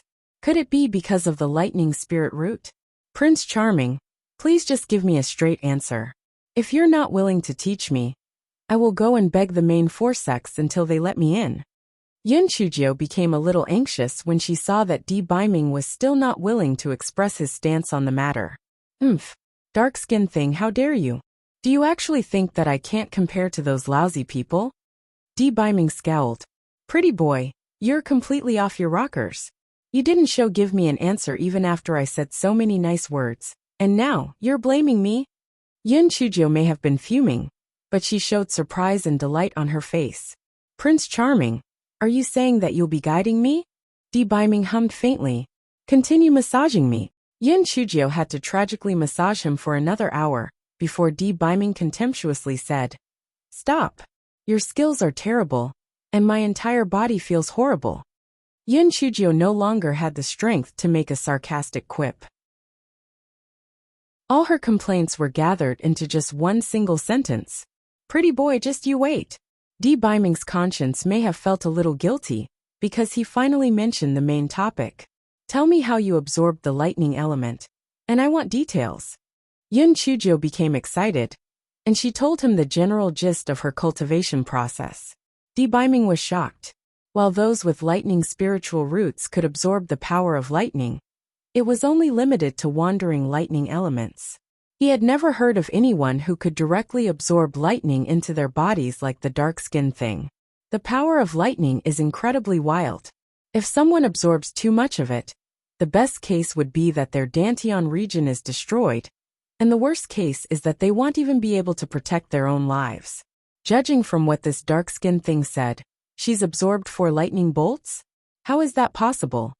While Di Biming was feeling very puzzled, Yun Chujio continued and said, Prince Charming, there is still another interesting situation. I found out that purple celestial lightning bolts chase after me, but the silver ones don't. Why is that? Di Biming suddenly remembered the moment he got struck by the purple celestial lightning in the monster forest. So, this dark-skinned thing is actually the culprit who caused me to suffer that accident. Yun Chujio suddenly felt her skin crawl, and she noticed Di Biming looking at her so angrily that it looked like he wanted to rip her to shreds. She was completely dumbfounded. Chapter 47. Your smile is really ugly, dark-skinned thing. You caused me to be struck by celestial lightning. How do you think you should be sentenced? Di Biming stared at Yun Chujio eerily. Yun Chujio's head worked fast, and she understood the meat of the situation. So she spoke in a slightly shy tone. Prince Charming, this just shows that the heavens have determined that we share a fate together. If it wasn't for the celestial lightning, how would I have gotten to know you, Prince Charming? The celestial lightning is our matchmaker. Too, however, she actually felt that her anger had been vented slightly. Serves you right. Why didn't the lightning kill you? Anyway, this may turn out to be a good method. Next time, if I have a similar chance, I'll hold this pretty boy and let the celestial lightning kill him. Di Biming had no idea that Yun Chujio was actually vying for his death. He carefully and deliberately thought Yun Chujio's words through, and he felt a strange feeling in his heart. It was as though there were small feathers gently brushing over it. Prince Charming? Prince Charming? Is my situation normal or not? When Yun Chujio saw that Di Biming was not speaking, she felt incredibly ill at ease. It was only then that Di Biming's mind returned to the present. Your situation is unheard of. Although a normal lightning spirit root can absorb the power of lightning, it is only limited to absorbing wandering lightning elements. The power of lightning is very wild. If it's absorbed directly, best case scenario, it damages the Dantian region, but worst case scenario, the cultivator does not survive. But I'm still alive and kicking, Yun Chujio said, feeling puzzled. Well, your situation is relatively rare, and the purple celestial lightning usually strikes only when the cultivator is trying to get through a tribulation. Why would it chase after you? It's really strange. Di Biming furrowed his eyebrows. He did not like such situations, where things were out of his control, and he had a feeling that this dark-skinned thing would soon escape his grasp. 3. Yin Chujio made a sarcastic quip in her mind. Humph. Didn't you pretend to be all high and mighty, and say that you'd guide me just now? Nonsense. So you don't know what's going on with me either. Di Baiming glanced at Yin Chujio, and he instantly saw the disdain that fleeted in her eyes. Di Baiming became livid. Dark-skinned thing. How dare you look down on me? Do you want to die? Yin Chujio shrank back in fear. What the heck? Does this pretty boy know how to read minds? Ah, Prince Charming, I didn't mean that. I was just scoffing at myself. Don't I just look like trash? If even you have never heard of this situation before, then I definitely have no hope in becoming a cultivator. Yin Chujio's words were full of loopholes, but Di Baiming's mind was in disarray at the moment, so he did not think too much into it. He furrowed his eyebrows. Although your situation is a little special, it's only because the source of your spiritual energy is somewhat peculiar. I will have no problems guiding you. Okay. I believe you, Prince Charming. No matter what you say, I believe you. Yin Chujio shamelessly wore an infatuated look, fearing that Di Baiming would further pursue the previous matter. Di Baiming was currently eager to figure out the reason behind Yin Chujio's special physical constitution, so he stood up and walked away. Dark-skinned thing, I will go back and look up some information. I'll return and guide you in a few days' time. Holy cow, he's finally leaving. Hurry up and go away. Yin Chujio forced down the joy in her heart and pretended to look reluctant while she said, Prince Charming, you're leaving so soon? I can't quite bear seeing you leave. Yes. After Di Baiming heard what Yin Chujio said, he felt incredibly pleased. He stopped moving for a brief moment. I will have someone send you the hair growth pill you asked for. Yin Chujio showed a sincere smile on her face this time. Prince Charming, thank you. You are such a good person. Di Baiming looked at Yin Chujio's little face, which lit up when she smiled, and his heart started to race. He scowled and barked. Your smile is really ugly. Stop smiling at others in the future. 3. Chapter 48. Not any ordinary bald head, really ugly. Really ugly. Yin Chujio was thankful that her hair had all been burned off, or else she would have definitely been so infuriated right then that her hair would probably start burning. This pretty boy's mouth is really foul. After Di Baiming finished speaking, he quickly went away with Enfeng and Aning. He looked as if he was fleeing after being defeated. Supreme Lord, is there something urgent going on in the palace? Enfeng asked curiously. Di Baiming glared at him fiercely. Why are you following me? Shouldn't you go back to protect that dark-skinned thing? Wen Enfeng hunched his shoulders. Supreme Lord, you can rest assured that I will protect the 9th young mistress and guarantee that she will not be hurt at all. Enfeng, has your brain been functioning right lately? Do you need to go to 1,000 feet lake to refresh your mind? Di Baiming calmed down and glanced at Enfeng coldly. Enfeng suddenly became alarmed. After he remembered what Di Baiming told him last time, he quickly said, Supreme Lord, I understand. If the 9th young mistress' life is not threatened, I will not take any action. Di Baiming scoffed coldly. Do not let this happen again. Once Enfeng watched Di Baiming leave into the distance, he wiped off his cold sweat and returned to the Yin family. Yin Chujio rested her chin on her hands and started to worry. I can say that the big tree in the courtyard was struck down by lightning, but what am I supposed to say about the door? After thinking for a while, Yin Chujio's eyes lit up, and she had an idea in her head. Yin Chujio unsealed Chunya's sleep acupuncture point, and the little girl shouted when she opened her eyes. Milady, are you okay? What happened? I heard a bang, and I lost consciousness after that. Ahem. A powerful person came here yesterday. Yin Chujio started to spout nonsense with a serious face. A powerful person? Milady, why did a powerful person come here? Why did he break our door? He didn't do anything to you, did he? Chunyu looked worried. Not only did that powerful person not hurt me, but he also accepted me as a disciple. I'll be able to become a cultivator in the future. Yin Chujio said excitedly. Chunyu had a simple personality, and she did not doubt Yin Chujio's words. Really? That's really great. Milady, where is your master? She said happily. Ahem. My master has an unsightly appearance, and is unwilling to be seen by others. He left after guiding me a little. He will teach me again another day. Yin Chujio was getting better at lying. And Feng was hiding in the dark, and the corners of his lips unwittingly twitched. This dark-skinned lass is really good at spinning tales. Our Supreme Lord is so handsome that mortals and gods are envious of him. How could she say that he looks unsightly?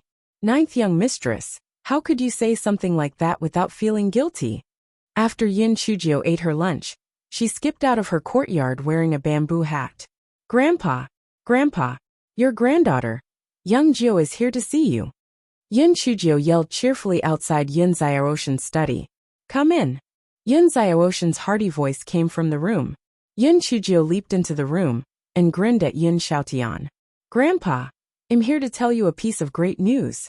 Great news? It's not raining outside. Why are you wearing a bamboo hat? Yin Xiaotian asked in puzzlement. La. Grandpa, what do you think of my new hairstyle? Isn't it shiny? Yin Chujio took off the bamboo hat swiftly. Yin Xiaotian jumped out of his seat in shock. He trembled as he pointed at Yin Chujio. Ridiculous. You're being plain ridiculous right now. Are you going to be a nun? Grandfather, don't be angry. Calm down. Listen to my explanation. My bald head is not any ordinary bald head. This is a symbol of intelligence and wisdom. This is proof that I have become someone amazing in just one move. Yin Chujio said with a grin. Chapter 49. My master is very ugly. Yin Xiaotian was so angry that he panted. Nonsense. This is just a bunch of nonsense. How can a girl be bald? You're just being ridiculous. Yin Chujio bared her teeth. Grandpa, what I said holds more credibility than a black and white document. I can cultivate now. Black and white document? I won't believe you even if it's a gray document. And you said that you can cultiva. What? What did you say? You can cultivate now? Yin Xiaotian could not believe his ears. Of course it's true. Grandpa, I was struck by lightning in the courtyard yesterday. My hair and eyebrows were burned to crisp. Then in the morning, a powerful person came to me and said that I have the rare lightning spirit root and wanted to be my master. Yin Chujio said while she gestured wildly. Struck by lightning? A powerful person? Lightning spirit root? He wants to be your master? Yin Xiaotian felt that he could not make any sense out of Yin Chujio's words. Yin Chujio nodded, feeling incredibly pleased with herself. Yes, that's right, Grandpa. I will be able to cultivate from now on. I will strike down anyone who dares to bully the Yin family in the future.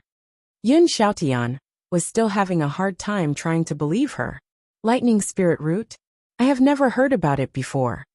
Grandpa, my master said that the lightning spirit root is rare. That is why so many people have not heard of it. Yin Chujio pushed all responsibility onto her fake master.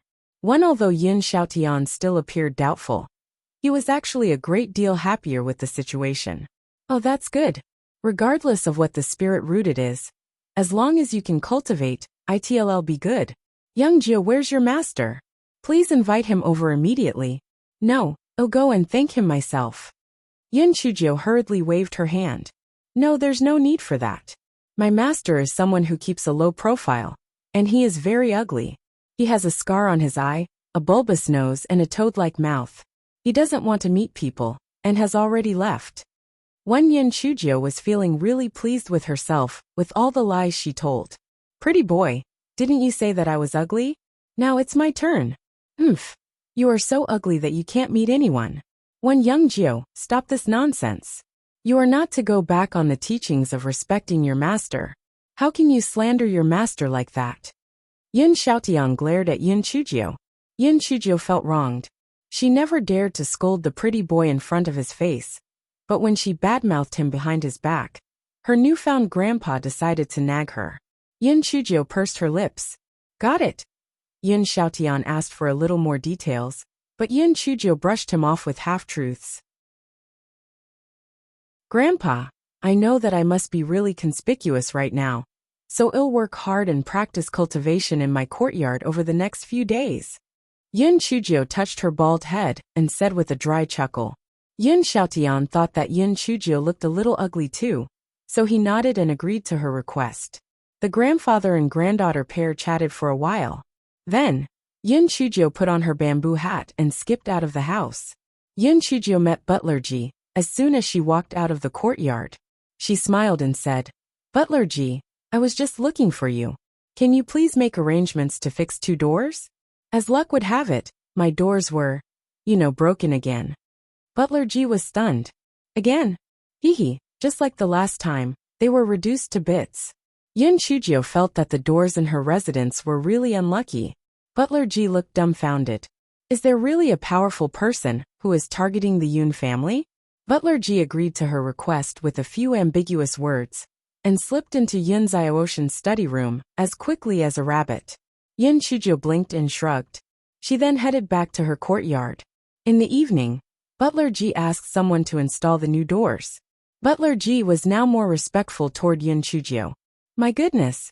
The 9th young mistress master has actually managed to destroy the doors to this extent? The 9th young mistress will have a bright future ahead of her. However, Butler Ji wondered why the 9th young mistress master would want to break the door.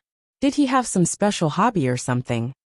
As for a certain supreme lord who was suspected to have a special hobby, he was currently studying diligently in a library. Chapter 50. 1 tea egg. There were thick piles of jade slips on the ground, and Di Biming's usual cold expression was full of irritation. Even after he looked through so many jade slips, he could not find anyone with a case that was the same as the dark-skinned thing. It was basically unheard of for anyone to be able to directly absorb the power of lightning. The more he thought about it, the more he felt that the dark-skinned thing possessed an unusual physical constitution. The lightning tribulation was the most feared tribulation among cultivators. Countless powerful people had been defeated by the lightning tribulation. But here was the dark-skinned thing, capable of directly absorbing it. It was so illogical that it was terrifying just hearing about it. Di Biming did not like the situation. Although he did not understand what kind of mentality he had, he felt extremely awful, because the situation was out of his control.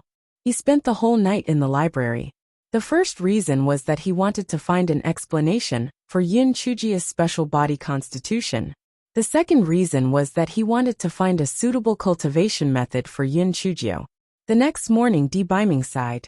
His eyes were red, and he was still unable to find anyone with the same situation as the dark-skinned thing. Fortunately, he finally found a slip containing skills that were suitable for the dark-skinned thing. Di Biming had carefully selected a cultivation technique called Thousand Illusion Lightning. It was suitable for those with lightning spirit roots, and there was no upper limit to the technique, which meant it was a technique that could be upgraded infinitely.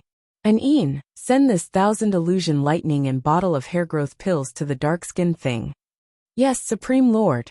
As An was about to retreat, Di Biming added, tell that stupid thing that she must not let others know about her ability to directly absorb the power of lightning, or else she'll just end up attracting trouble.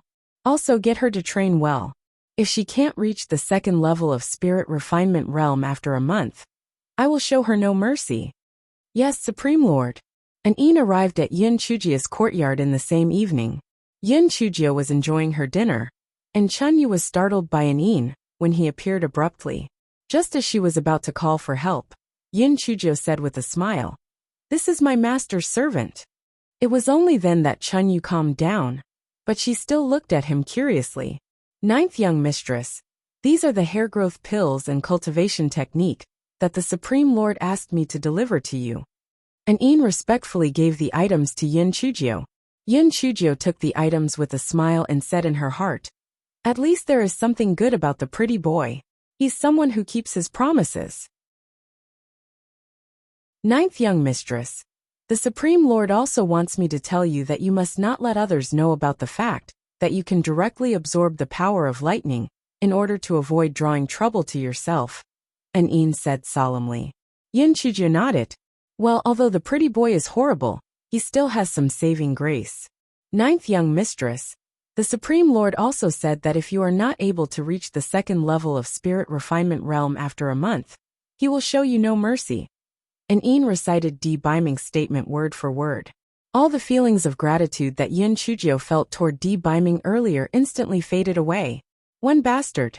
It's impossible for me to reach the second level of spirit refinement realm in a month. The pretty boy is just trying to cause me trouble. A thought then bloomed in Yun Chujio's head. She glanced at her table and picked up a tea egg.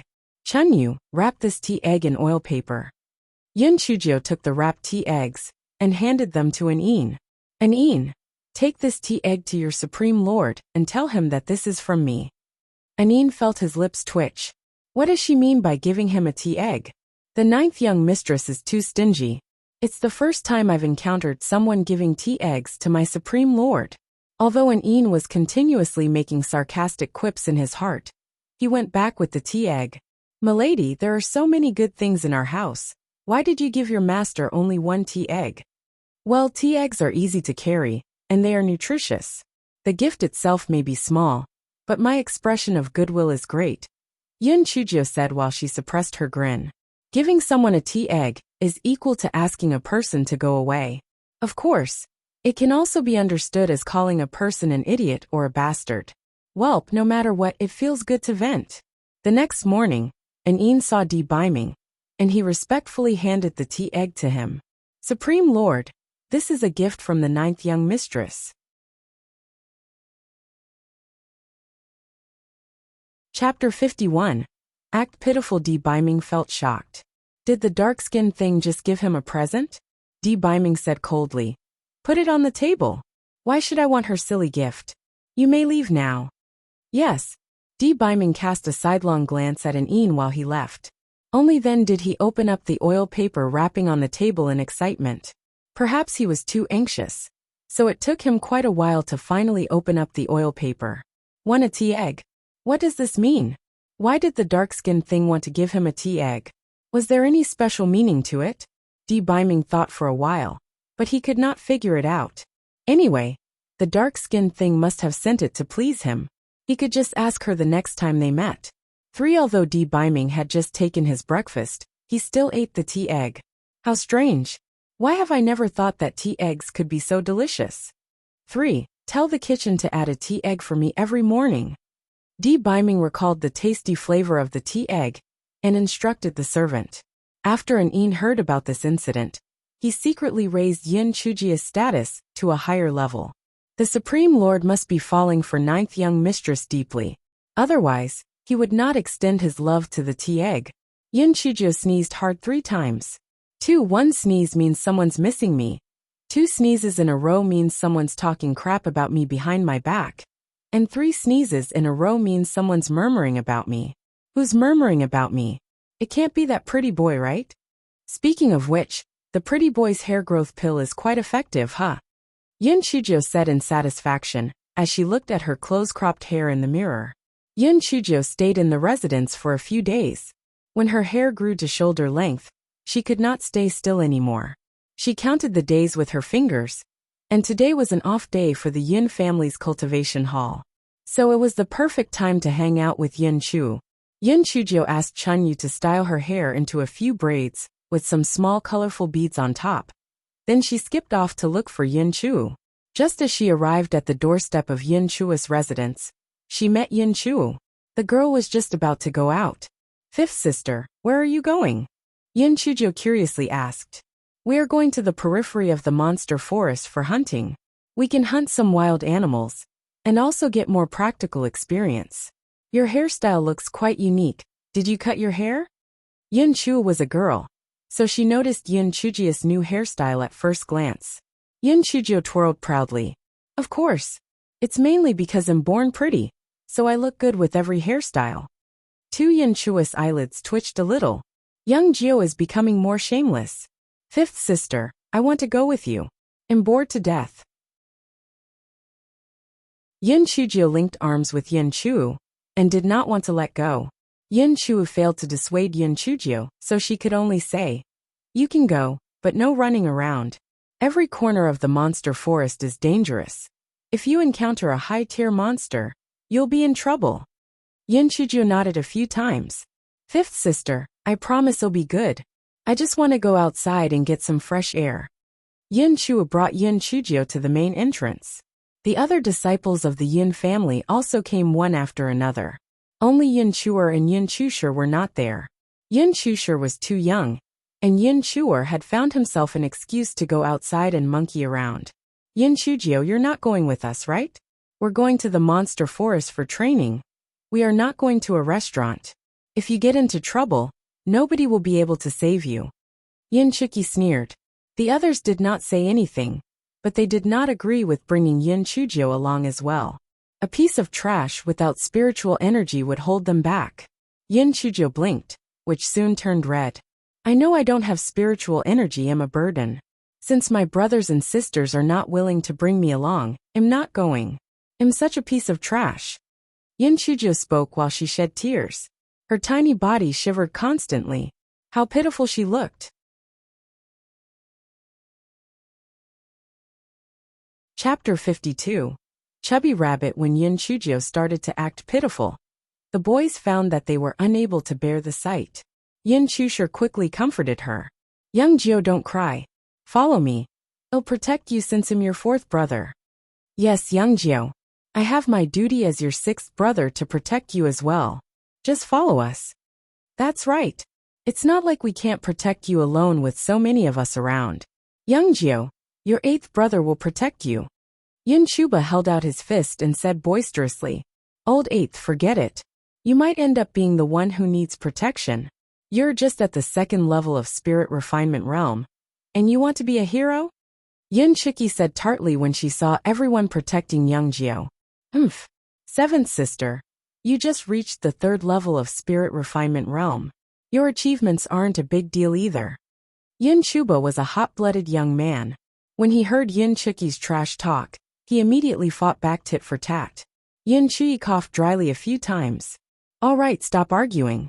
Well, bring young Jio along, and I'll protect her. Let's go. As the eldest, Yin Chujio still stood as an authoritative figure among the younger members of the Yin family. Hence, all of them got on their horses and brought their guards along to head to the monster-infested forest. Yin Chui picked an obedient filly for Yin Chujio, and she stopped shedding tears immediately. She happily got on the filly, moved next to Yin Chu, and started to chat up a storm with her. There were no visible signs of any sadness on her at all. Everyone suddenly felt like they had been cheated. Young Jio, could you at least be more professional when you're putting up an act? Yin Chiki angrily said to Yin Chushan. Third sister. Young Jio is becoming worse. She sounds so convincing when she lies. Yin Chushan stared at Yin Chujia's back. Disgust flashed in her eyes, but she softly said, Young Jio is still young. Since everyone pampers her so much, she can't avoid being a bit unpredictable. It's all because the head of the household treasures her so much. These people are just trying to curry to her favor. That piece of trash is just marching to her own death by going to the monster forest when she has no spiritual energy whatsoever. Yin Chiki became angrier after she listened to Yin Chushan. Yin Chushan smiled but said nothing. However, she did think about something. It'll be pretty good if an accident happens later. This Yin Chujio is becoming even more difficult to understand than before. And she's getting more annoying. 2 hours later, the people of the Yin family arrived on the outskirts of the monster forest. All of them got down from their horses, took 2 guards with them, and entered the forest. Yin Chujio had fled in a hurry last time, so it was only natural that she did not have time to observe the forest carefully. The monster forest looked slightly similar to the rainforests in her previous life. Other than the tall trees, there were also a lot of vines and shrubs. Young Jio, these coral berries are sweet and sour. Girls love them. Yin Chuba twisted off a twig for Yin Chujio, and red berries covered the entire twig. Thank you, 8th brother. You're so kind. When Yin Chujio heard there was something to eat, her eyes immediately lit up with joy. Once she finished speaking, however, Yin Chujio could not help but feel amused. This poor unfortunate soul. Why are you ranked 8th in the house? You just had to get the number that means busybody. Huh? Yin Chuba looked at Yin Chujia's smiling face, and he thought, this young Jio is really cute. Why didn't I notice last time? Having a younger sister like her feels pretty good. Everyone be careful. A monster is coming over. Yin Chui quickly warned them. Everyone swiftly hid their bodies and waited for their prey to appear. Yin Chujio was quite excited. I haven't seen a monster before. What does a monster look like? Soon a gray monster appeared. Yin Chujio focused on it. Oh my, isn't this just a chubby rabbit? Do we need to be so serious with such a weak rabbit? Yin Chujio soon cast aside her childish thoughts because the weak-looking rabbit actually spat out a wind blade.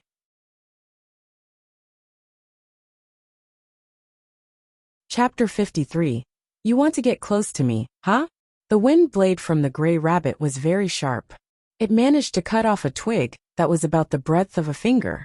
Yin Shilu and Yin Chuba jumped out, and two of them started to fight with the gray rabbit. Yin Chujio found this incredibly interesting.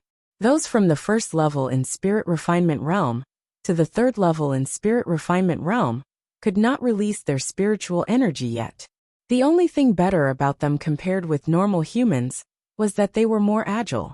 Those at the fourth level in Spirit Refinement Realm could release their spiritual energy to launch attacks, and they could make a shield with their spiritual energy to protect themselves. Yin Chulu was at the third level in Spirit Refinement Realm, while Yin Chuba was at the second level in Spirit Refinement Realm. Neither could release their spiritual energy, but fortunately, the gray rabbit needed some time to gather its power before it could spit out its wind blade. So, both of them could still handle the rabbit with their nimble movements. After half an hour, the gray rabbit became a dead rabbit. With a heroic air, Yin Chuba spoke to Young Jiao. Young Jiao, did you see how capable I was? I'll take care of you in the future. Yin Chujio put on an admiring look. Sixth brother, eighth brother, you're both awesome. Humph. You're so ignorant. It's just a first-tier windblade rabbit. I can kill it alone. What's so amazing about that? Yin Chuki sneered by the side. Yin Chujio rolled her eyes in her heart. Is Yin Chuki's zodiac sign a hedgehog or something? Yin Chuba was naturally unwilling to accept what she said, so he started to argue with Yin Chuki again. Yin Chuyi's expression darkened. Chuki Chuba, if both of you keep causing a ruckus, go home. Yin Chuki and Yin Chuba glared at each other. They stopped talking, and they looked rather ashamed of themselves. Everyone continued to walk further into the forest. They met some monsters back to back, but those were just first-tier monsters. Yin Chujio never really realized just what kind of strange world she had come to in the past. But since she saw a rabbit spitting out a wind blade, a pheasant whose feathers could become arrows, and a squirrel that could spit fireballs, she felt like she had finally uncovered a corner of this world. These first-tier monsters may have had their special abilities, but there was a gap between each time they could use their abilities. Therefore, although the disciples of the Yin family suffered from some superficial wounds, they could still handle the monsters. In a while, the guards had held quite a number of spoils in their hands. Very soon it was noon. The group efficiently prepared the prey and started to roast the meat.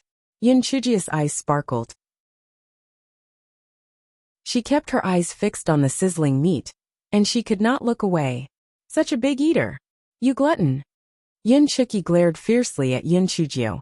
Seventh sister, are you desperate to get closer to me? Yin Chujia's gaze finally moved from the roasted meat to Yin Chuki. Get closer to you? You're thinking too highly of yourself. Trash, stop. Since you don't want to get closer to me, then stop placing your attention on me. You just keep talking about me, you know? So I thought you really wanted to attract my attention. Yin Chujio schooled her face and cast a profound glance at Yin Chuki.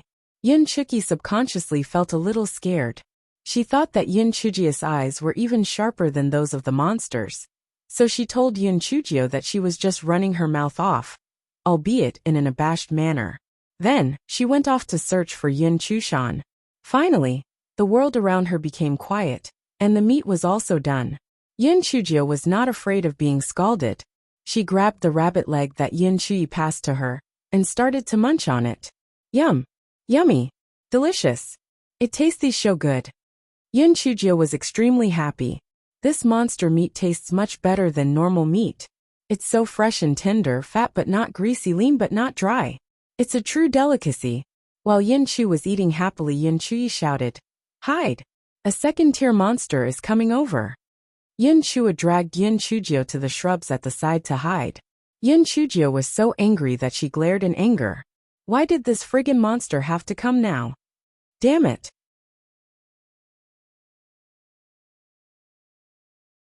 Chapter 54.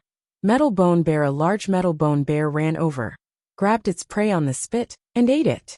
Yun Chujio was so livid that her eyes turned bloodshot. Damn it. I haven't had enough yet. How dare you come over and steal my food? Die. Yun Chu was terrified by the fierce aura oozing out of Yun Chujio, and she thought, what's going on with Yang Jiao? Is she too scared? Yun Chui glowered and whispered, theoretically speaking, this area should only cover the first-tier monster sphere of activity. Why is there a second-tier metal bone bear over here? Big brother, this metal bone bear could have been attracted by the monster meat. Although it's quite hard to deal with it, we can still work together and kill it. Who knows? Maybe there are crystal cores in its body. Yin Chuba said excitedly. All of you do not get involved. Chushur and I will handle this.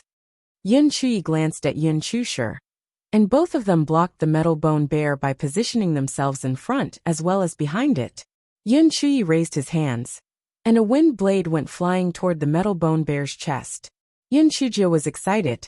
So, that's how spiritual energy looks like when it's released. That's so cool. If I'm at the 4th level in spirit refinement realm, would I be flinging celestial lightning bolts every time I raise my hands? Phew. It sounds awesome even when I'm just thinking about it. Although the wind blade cut into the metal bone bear, it brought no damage to it due to its rough and thick hide. It did, however, make the metal bone bear furious. The metal bone bear growled, raised its large paw, and waved it at Yun Chui, who was in front of it. Yun Chui immediately moved his body and dodged the hit from the metal bone bear. At that moment, Yun Chushur waved his hands behind the bear, and a fireball the size of a fist flew toward the metal bone bear. The metal bone bear's black fur instantly started to burn. The monster may have been huge, but it was very agile. It rolled on the ground and extinguished the fire. It was now completely livid. It started to growl loudly. Growl. Similar growls could be heard from a spot not far away. Oh no. There is still another metal bone bear nearby. Yin Chui was terrified. The metal bone bears could be a couple. It would have been easy to fight with just one, but to fight 2 of them would be incredibly hard. However, it was too late for them to leave now. Another metal bone bear, which was even larger than the first, growled and rushed toward the shrub where the members of the Yun family were hiding in. Oh no. This is a 3rd-tier metal bone bear. Climb up the tree. Yun Chu pushed Yun Chujio away. Meanwhile, the other members of the Yin family fought with this metal bone bear. Those who were not engaged with the first were all at the 3rd level in spirit refinement realm, so they were not able to perform long-ranged attacks. But the metal bone bear was extremely powerful, and soon, some guards were injured. The others also suffered varying degrees of injuries. Yun Chujio sat on a tree branch and frowned. They're just attacking without any order at all.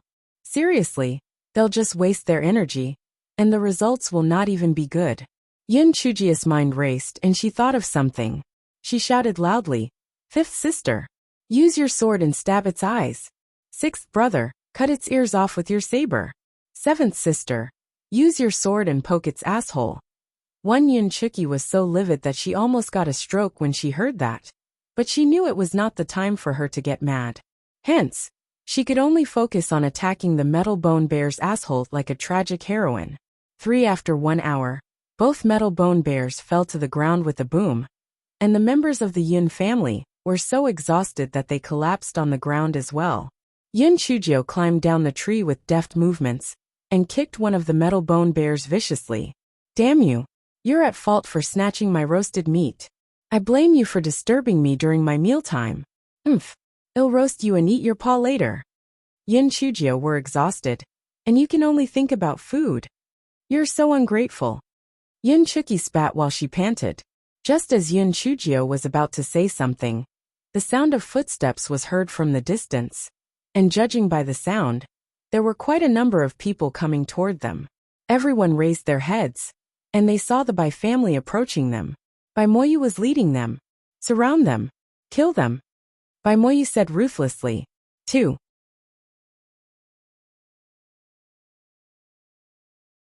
Chapter 55. That's your love for me. By Moyu, are you mad? Although there has always been bad blood between our families, we have a mutual agreement to not rob or kill each other. What are you trying to do now? Yin Chuyi felt his heart sink. Right then everyone was exhausted, and it was impossible for them to fight back. Even if they fought, they would definitely be killed. Bai Moyi sneered. All of you should be grateful to Yin Chujio. If she hadn't offended me first, I wouldn't be so cruel. I'll kill all of you, so that the Yin family will have no offspring. Ha ha ha. I'd like to see just how you can even think about opposing the Bai family by then. Yin Chuki glared at Yin Chujio fiercely. As for Yin Chushan, she had a strange expression, as if she was cooking something up in her mind. Yin Chujio never expected Bai Moyu to do such a thing. Seriously, he's a real sinister one.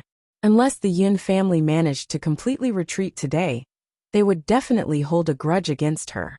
Yin Chujio would not be able to gain a footing in the Yin family in the future as well. Bai Moyu, young Jiu only scammed 500,000 taels of silver from you. We can just return it to you once we get back. Yin Chui hoped to buy them some time. Once everyone's stamina recovered, they might actually have a winning chance. Bai Moru walked out from the back, and she looked savage. Brother, you don't have to talk to them. Just kill them. Pass Yin Chujio to me. I'm going to kill her myself.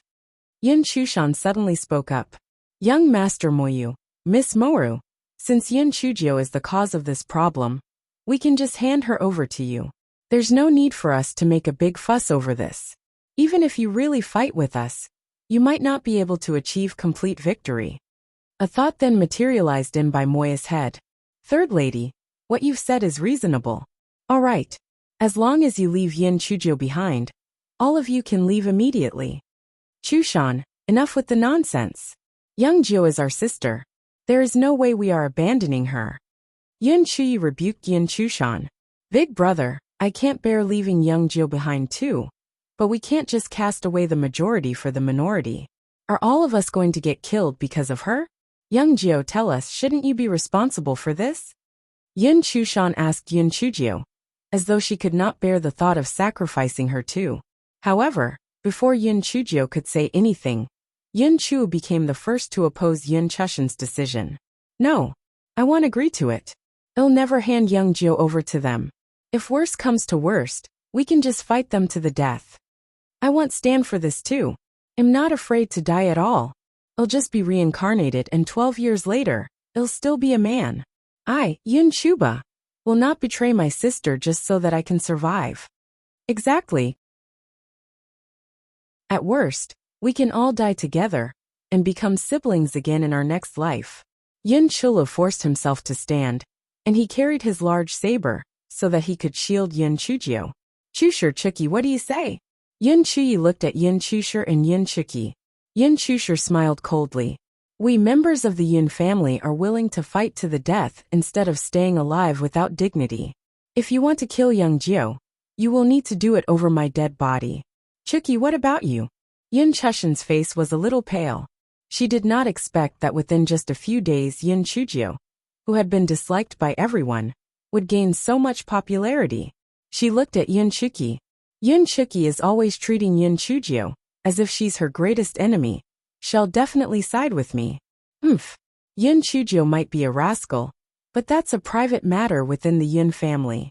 Members of the Bai family, who do you think you are? Yin Chujio still needs to remain alive to be my punching bag. Yin Chuki forced herself to stand up as well, and she brandished the sword in her hands. One Yin Chushan was shocked. She had thought that at the very least, Yin Chuki would stand by her side. Yin Chujio was extremely shocked as well. Seventh sister, it's no wonder why you always cause me trouble. So that's your love for me. Yin Chuki gave Yin Chujio a death glare. Get lost. Yin Chushan felt deep loathing in her heart. She could not understand why these people would want to protect Yin Chujio, even at the risk of death. Still, she smiled bashfully and said, since everyone is so fearless, I will naturally not fear death as well. Come, let us die together. 1.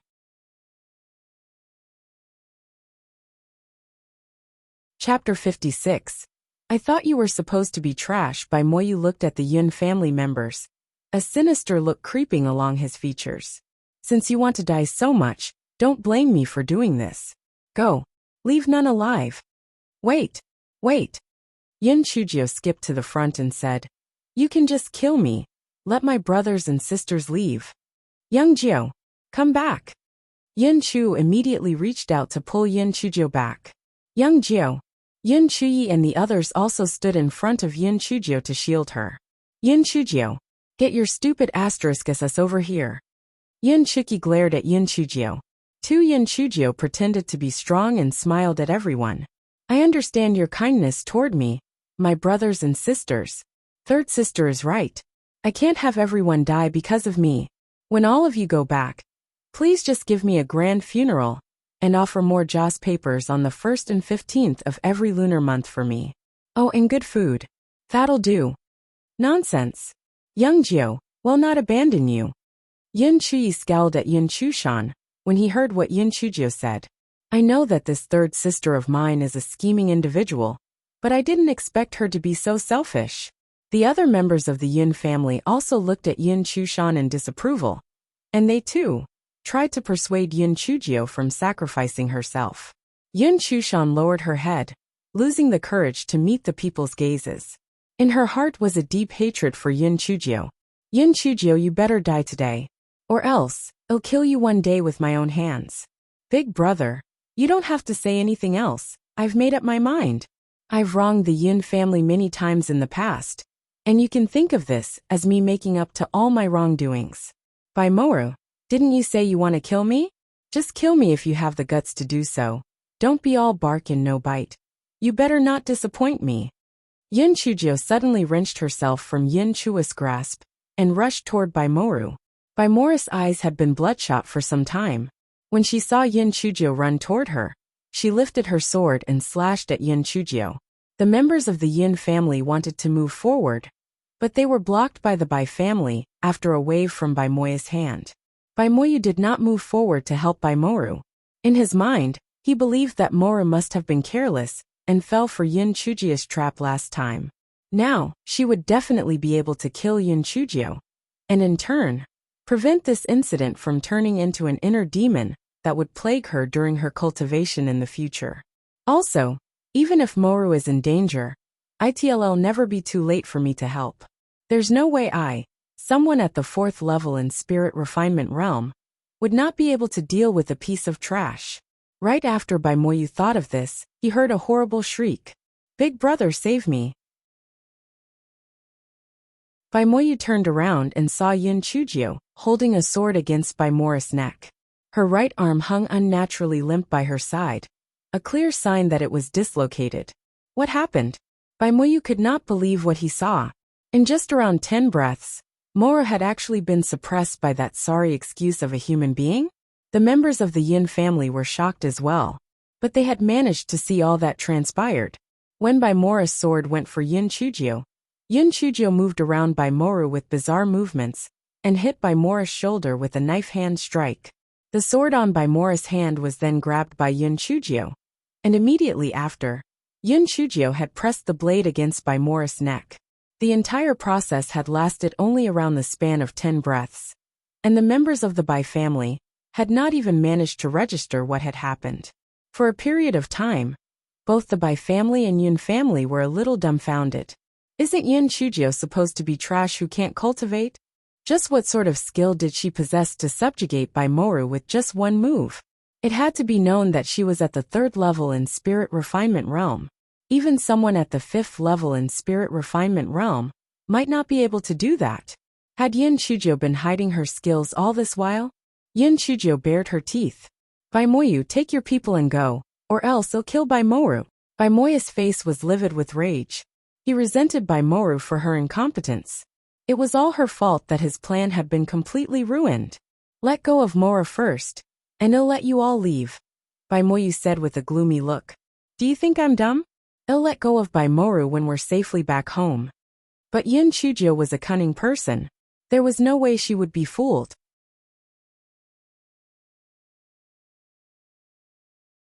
Chapter 57. You can watch while we eat. Baimoru was so angry that he gnashed his teeth together. Fine, Yin Chujio. Withdraw. The people of the Bai family moved behind Bai Moyu, and all the people of the Yun family surrounded Yun Chujio. Yun Chiki pursed her lips. Yun Chujio, apparently you're not so useless after all. Yun Chujio bared her pearly whites. Seventh sister, I'm beginning to really find your consistent act of finding faults in me really addictive. Why don't you speak a little more for my pleasure? One Yun Chiki stomped her foot in anger, snorted coldly, and stopped talking. Bai Moer, thank you. If it weren't for you, we wouldn't have been able to get out of this situation. Yun Chujio said with a smile. Bai Moer snorted coldly. She was now in pain and fear, angry and filled with hatred. The desire to faint immediately was great in her. But her physical constitution was so good that she could not pass out even if she wanted to. One Yun Chujio blinked. The people of the Yun family had not fully recovered just yet. It would be better if they rested where they were. And when their physical strength recovered, even without Bai Moru as a hostage, they could still escape. Big brother, fourth brother, please keep an eye on Bai Moru. I'll roast some meat. Everyone, you can rest. Once we're done filling our stomachs, we can go back. Yun Chujio pressed a few acupuncture points on Bai Mora's body, and to Bai Mora's horror, she noticed that she could not move again. Big brother! Big brother! Boo-hoo! Save me! I can't move again. Yun Chujio must have poisoned me again. Bai Mora was filled with fear when she remembered the incident last time. The accursed Yun Chujio had tricked her last time, saying that she was really just suffering from chest pains. It was clear that she had poisoned her. Bai Moyu wanted to step forward, but Yun Chushi's sword dug into Bai Mora's neck. Bai Moyu, if you want Bai Mora's head to start rolling, do come forward. Bai Moyu cast Yun Chushir a ghastly look. If you dare hurt Moru, the Bai family will not spare you. Yun Chushir snorted, but said nothing. Their most urgent task as of right now was to restore their physical strength. He had no need to waste his breath with him. Yun Chujio was gleefully rekindling the fire. Then, she hung the leftover wind blade rabbits and red feather chickens they hunted just now over the fire to roast them. The huge metal bone bear's paw looked so tasty in her eyes that she almost started drooling. Unfortunately, this thing cannot be eaten raw. It had to be dried for a year before it could be stewed in honey and eaten. The scent of roasted meat gradually spread. The Yun family started shoving food into their mouths. After all, they had their mealtime interrupted after a few bites of their metal bone bear paws. They were still hungry. Like an industrious little bee, Yun Chujio distributed the roasted meat to everyone. They said nothing much as well, but started eating as fast as they could. The people of the Bai family had not had their lunch either. When they saw the people across them enjoying their food, they could not help but gulp in secret. How depressing. We came here to kill them. So how did we end up with them sitting while we're standing? Them eating while we watch? Say, their roasted meat smells really good, doesn't it? Bai Moyu said darkly. Bring out the dry food. Let's have lunch. The people of the Bai family could only take out their dry food and chew on their food bitterly, while they had to sniff the aroma coming from across them. Bai Moru was the most tragic of the lot. Since she laid helplessly on the ground, she could not even eat dry food. No one knew whether Yun Chujio did this intentionally, but she crouched next to Bai Moru and said while munching, Yum! Yum! Delicious! It's so good. It's so delicious. The flavor just fills my entire mouth the moment I bite down on it. Why is this roasted meat so delicious? Oh wow! It's even more delicious than the dishes at Immortal Gathering Tower. It's fat but not greasy, and it's lean but not dry. It's way too delicious. One Bai Moru gulped, and she cursed Yun Chujio hundreds of times in her heart. Yun Chujio, just you wait. I will not spare you. When everyone was almost done eating, someone pointed at the sky and exclaimed, Look! Look, what are those?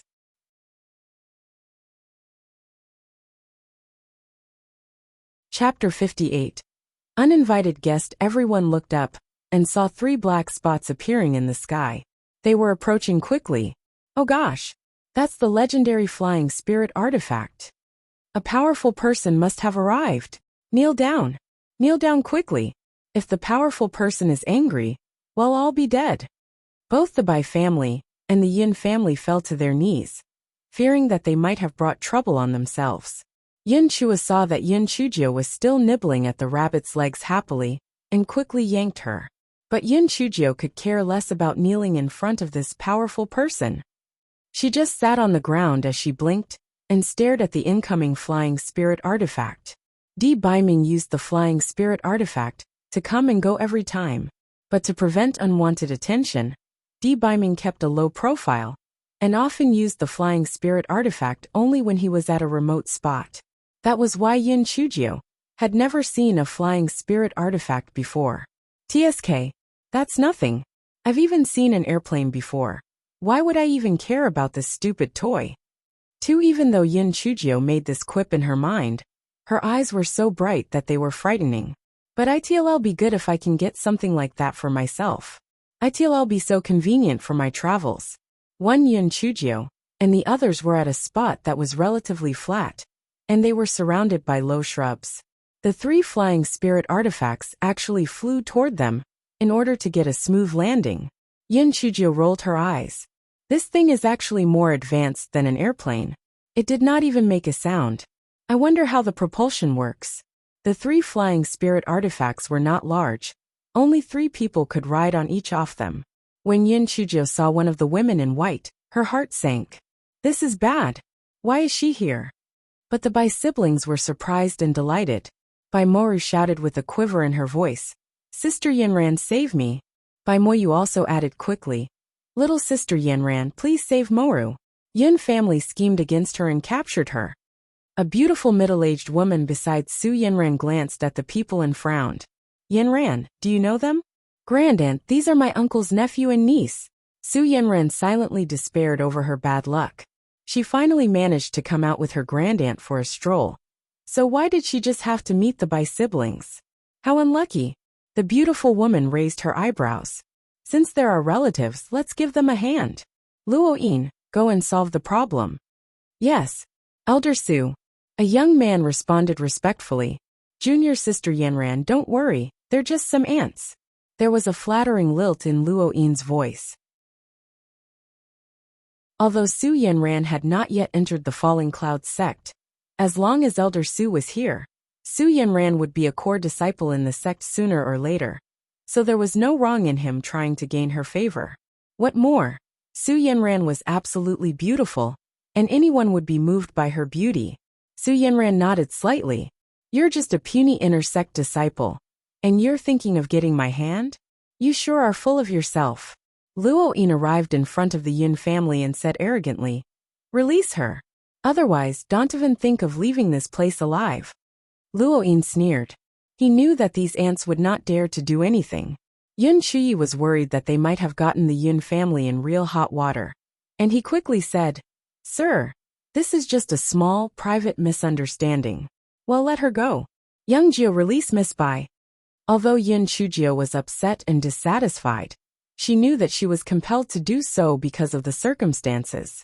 The people that came here were not just slightly stronger than she was. They were like lions, and she was just a chick. Even if she tried her hardest, she would not cause a splash. Yin Chujio had to unseal Bai Morris acupuncture points. A ruthless flashed in Bai Moyus' eyes. This Yin Chujio is really detestable. Now's the best chance to kill them all with the help of Falling Clouds sect. You're tuning in to the Li Mei's Wuxia Whispers YouTube channel.